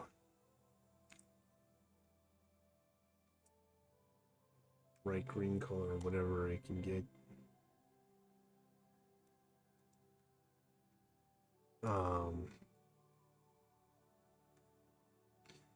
want that. That one.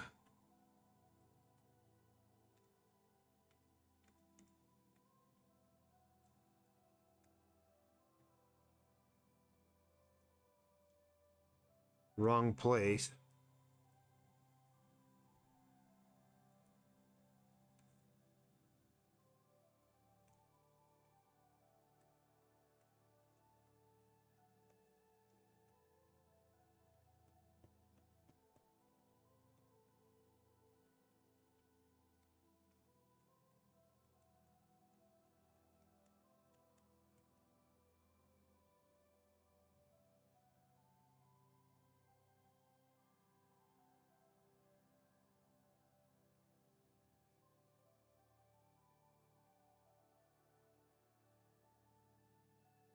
There we go. That's more like it.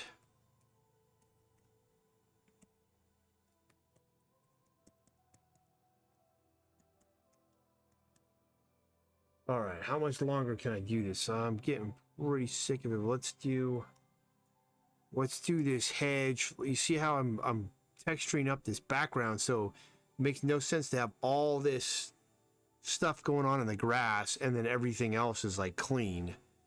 We can make the characters clean. That might make them pop off the background more if we have a noisy background. So that's why I'm changing this.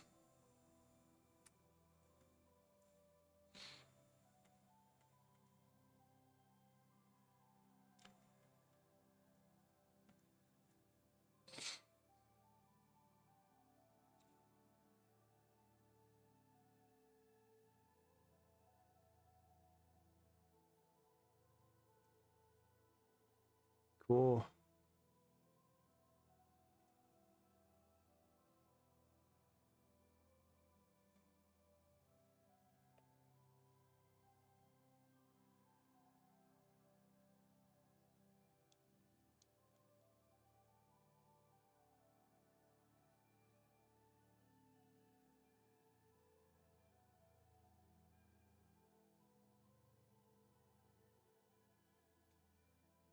That.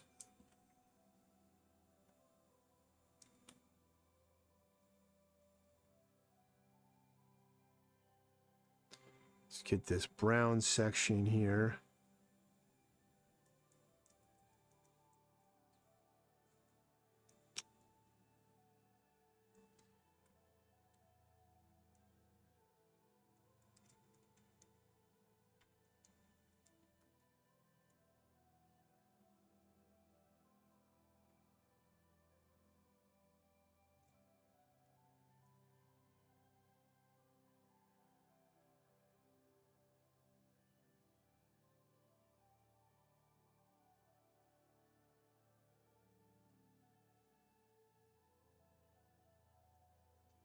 All right, what do we got here? Dark noise. Hit it with the brush.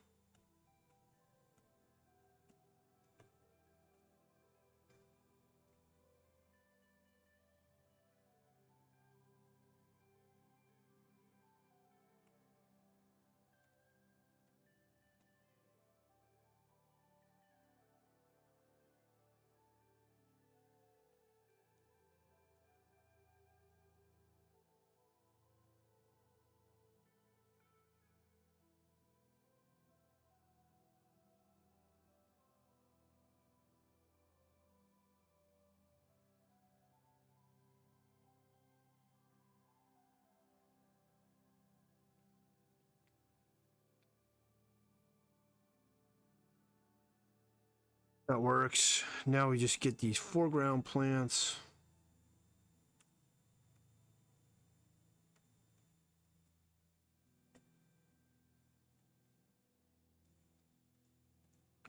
And we've got a more unified background here.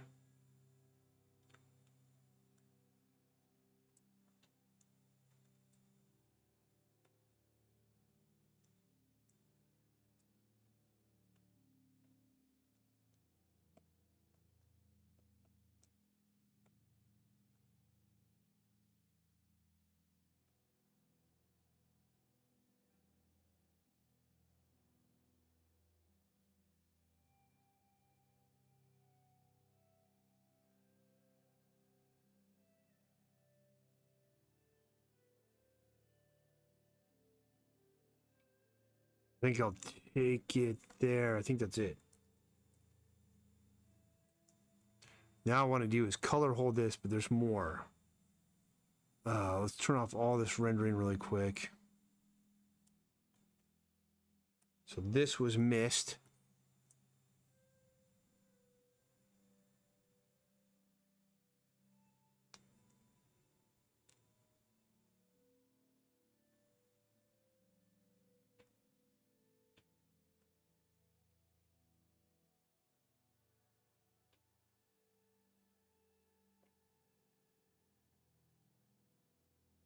Yeah, let's turn on all our background rendering. Looks way better.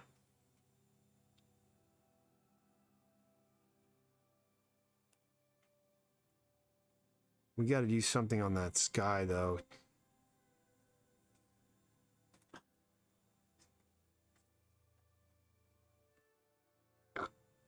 And we'll go to here.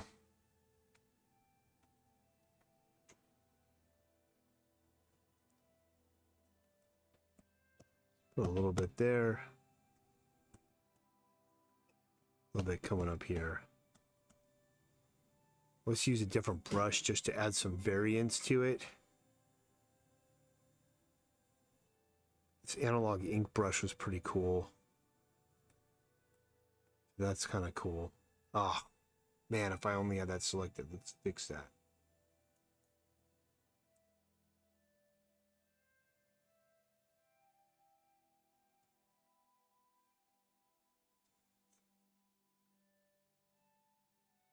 There we go.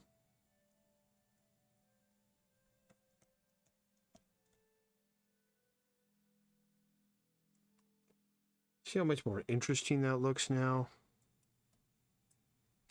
Okay, so now we got to color hold this thing up. We'll color hold up the background. Then I'll got to stop on this, format a few pages, and then stop for the day. We'll hit this...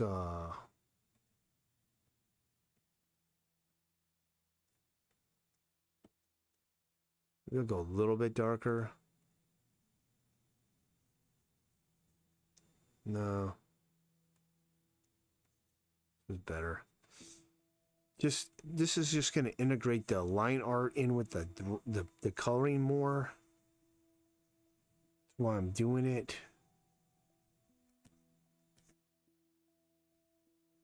And I can kind of adjust this as I go.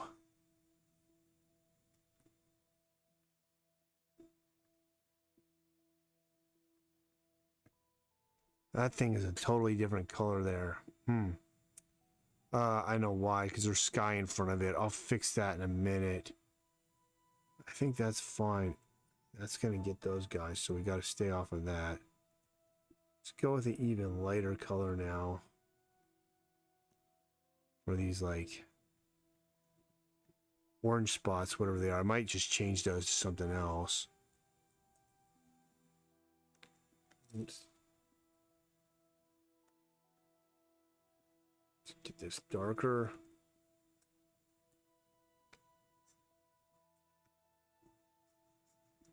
So now also what I'm doing is it's going to knock all this background back further.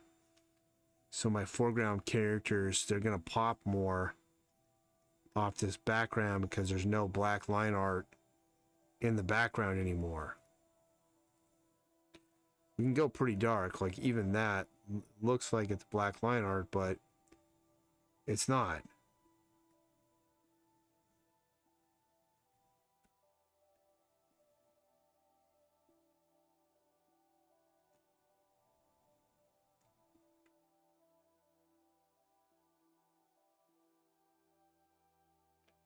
And see, by just doing even these lighter now, it's even more painterly because we've got lights. The light is working even on the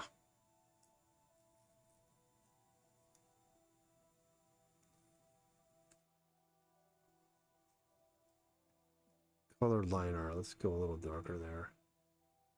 It's okay to show a little bit of what the line art is, but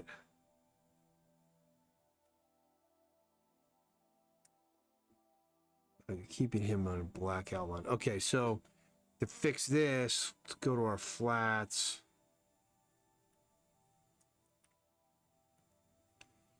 And then we just have to delete off that green sky there. And there. Now I don't have that problem anymore. Looks like there's a tree there. It's more what we want. Okay. I don't want to waste a lot of time, so let's just use this here. Look, a little blue poking through. I'm just going to remove that. All right, I'm going to stop there for the day. So I've got the panel 2 textured. The next thing I'm going to do is add some more, unify up these cell shading on these guys so it doesn't look so airbrushy. And then line holds on some of these guys.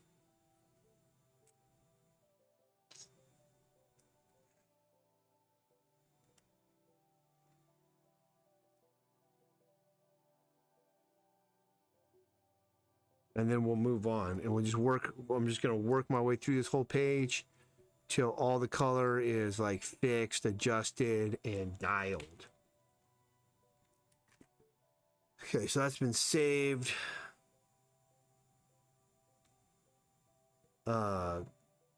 Close this one. And what I'm going to open now is I'm going to format 2 pages for the printing so I can get my battle pack made. So to do that, we're going to go to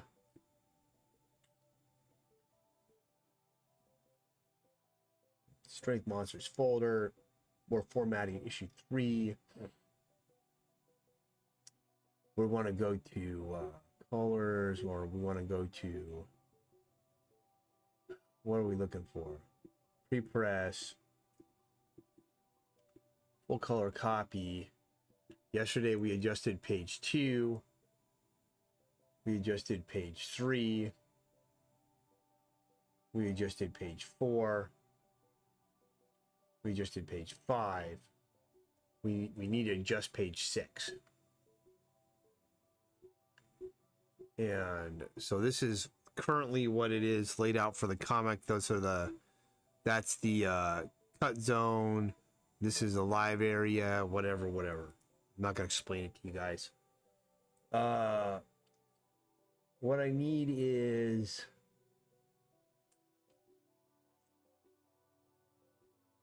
I need the colors because this is way too dark.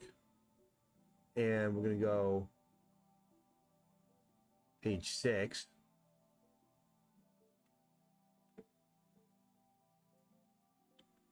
Open it up. I colored these pages, and there's no texture on them because I wasn't doing texture yet. I'm not going to add texture in. They're done, but they're too dark. So what I'm going to do is, some stuff is good being this dark, some is not. I think one is I can just knock this down a little bit.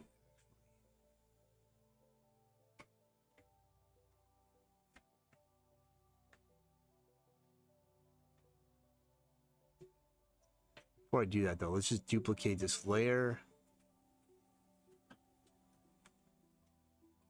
Okay, so I duplicated the layer. Now we're gonna go through it and select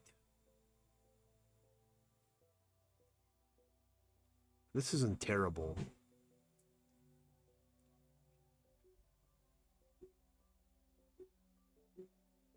I almost wonder if I should just use what I've got and just knock it way down like that.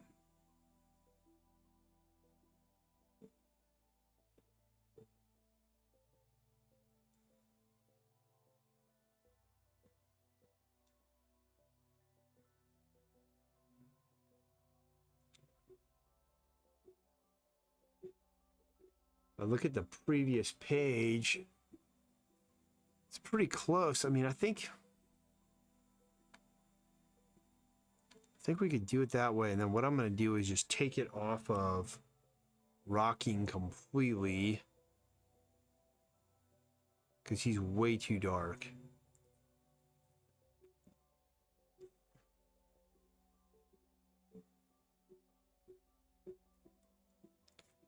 Okay, so that he's off of him. What about Alien? We could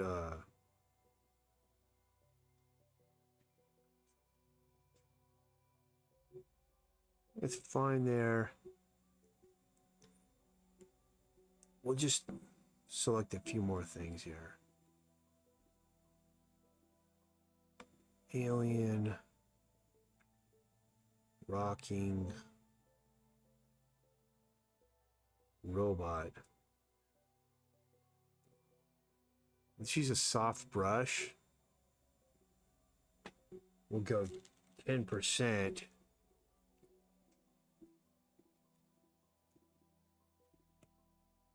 Knock it down 10%.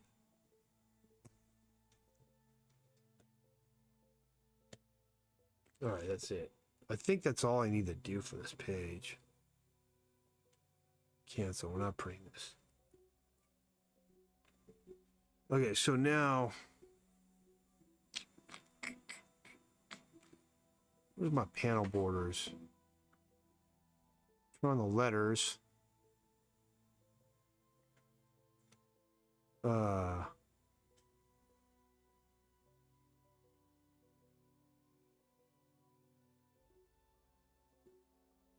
I like that.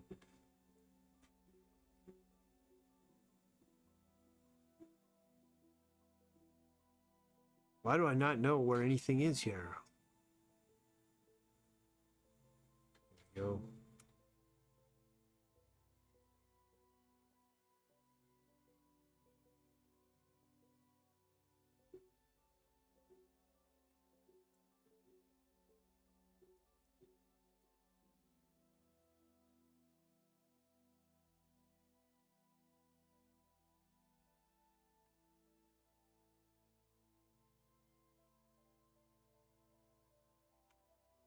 Edit, copy merge, throw it on here.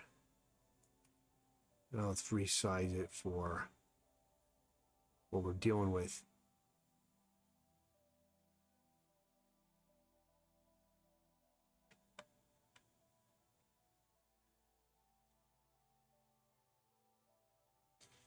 Essentially the size I had it, a little smaller.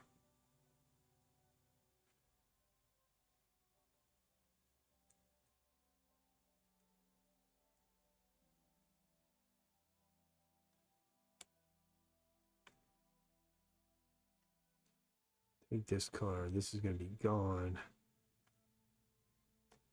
Put that down. I think we're safe there. I think that's pretty good.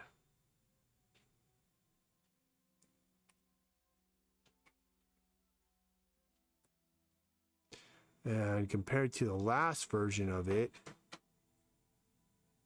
a lot lighter, a lot brighter. It looks better. So let's save this.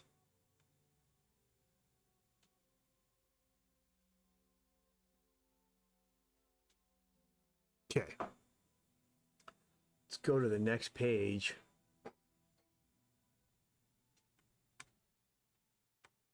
Page 7. Do one more.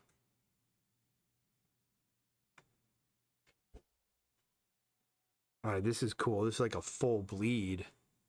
Same thing. It's just really dark. And it's mainly this. I just want to make my characters pop a little bit more. So let's do this. Let's go Command J. I'm going to select my characters. Going to take me a second.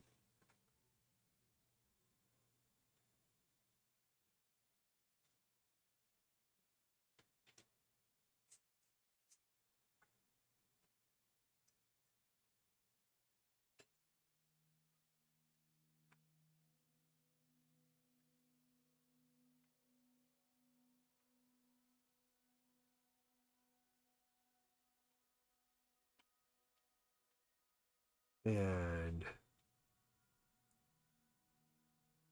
bolt there. Okay, those guys. Let's get these guys here.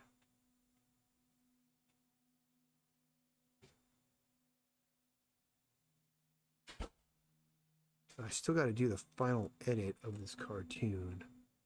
And like, what's with the tolerance on this, man? Is it really the same? Damn. Okay.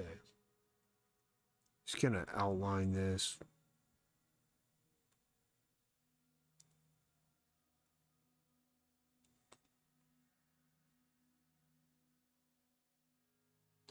I gotta clip all my streams still. So after this, I've got to stop and clip the streams, or I've not done it in a few days.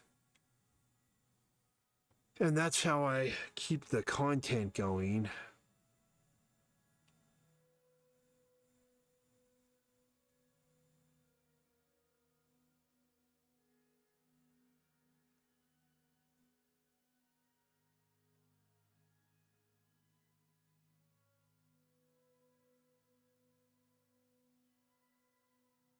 That, this guy, and this guy.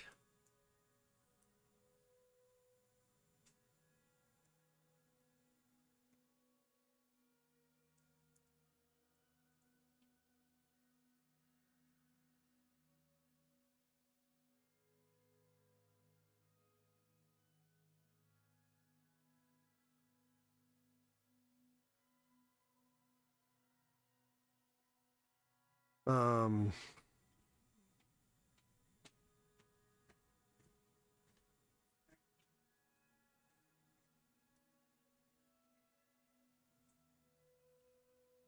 so, all right, so now we're going to invert all this. Selection, inverse. And then on this layer, we're going to knock everything out. It's not the characters. Don't want to do that now. Now we want to invert it back. Selection, inverse. And on this layer, we're going to knock out the characters. So now we have the same thing we had before. Now we're just going to dial this down.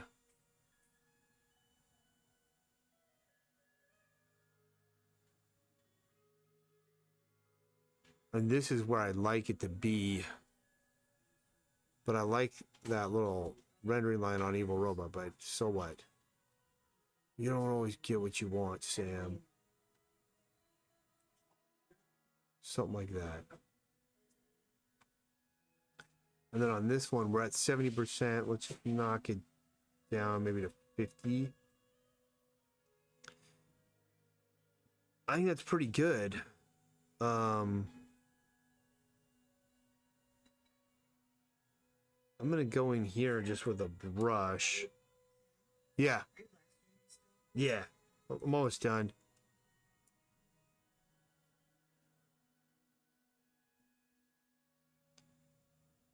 Okay. Oh, wait, that's a little brighter. All right, that's it. That looks pretty good to me. Pretty cool page. Characters are a little brighter. You can see them better. Select all. Oh, we've got to put the lettering in. Let's put a color hold on this bad boy. And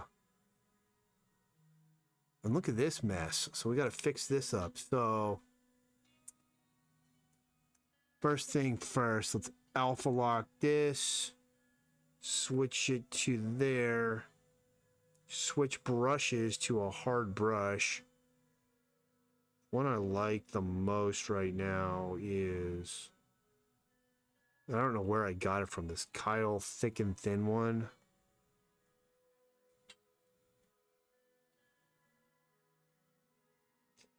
Yeah, that's way better.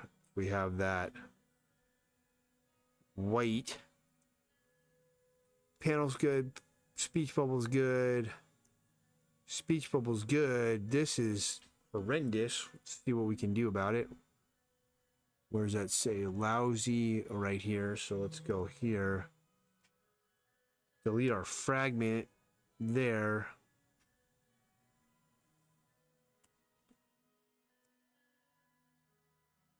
I don't like that. And we're going to go underneath the line art with a new layer.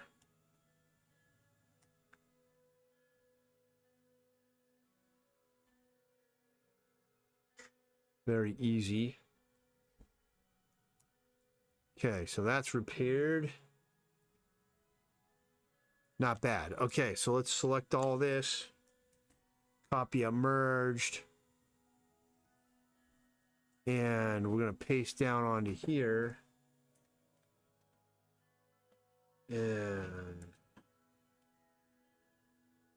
size this down a little bit. Let's go file, save as. And it's got to be page 7 to make sure.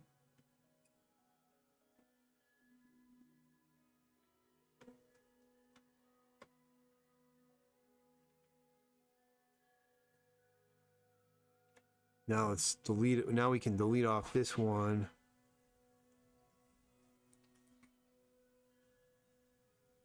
Wrong thing.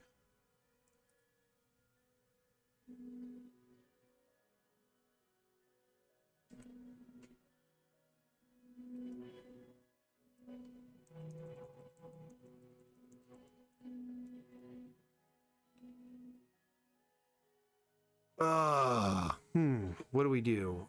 Well, let's make it to size first and make sure that everything is in the live area.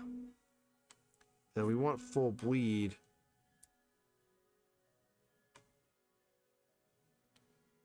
I wonder if I can just like extend that with a Photoshop tool. That's what I'm gonna try and do. Window. Where is there? There's something on here that will extend stuff.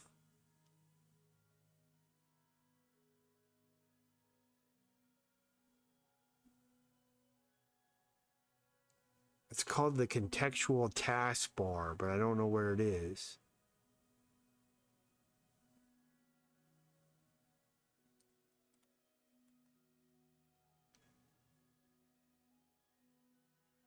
It's way at the bottom. Okay, so now if I go here and I extend,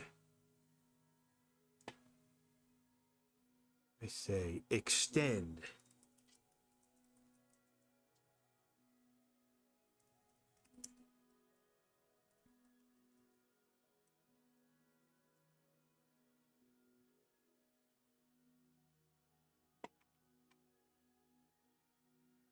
How do you say adjacent? Adjacent.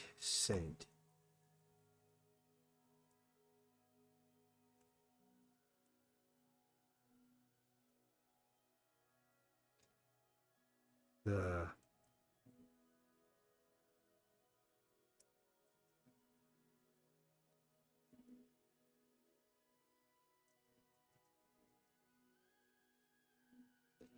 see if this does anything. Like if it'll extend it.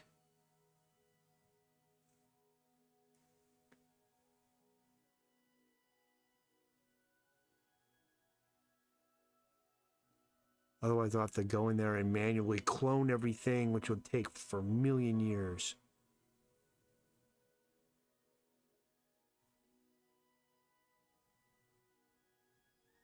I actually did it correctly.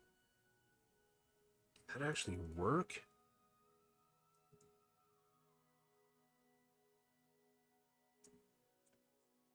Is there a way to turn off my guidelines?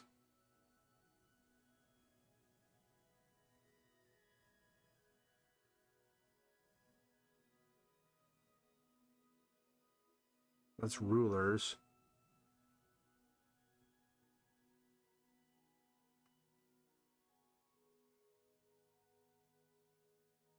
Well, I don't want to turn off the guides. Yet. But yeah, everything fits in the live area. And I think the lettering is close enough to it. So let's save that. Let's merge all this together. And this one doesn't need it. Let's delete it off.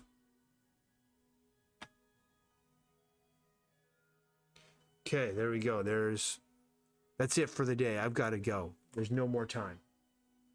That was a long stream, but for like 2 hours, 37 minutes. I'll be back next time.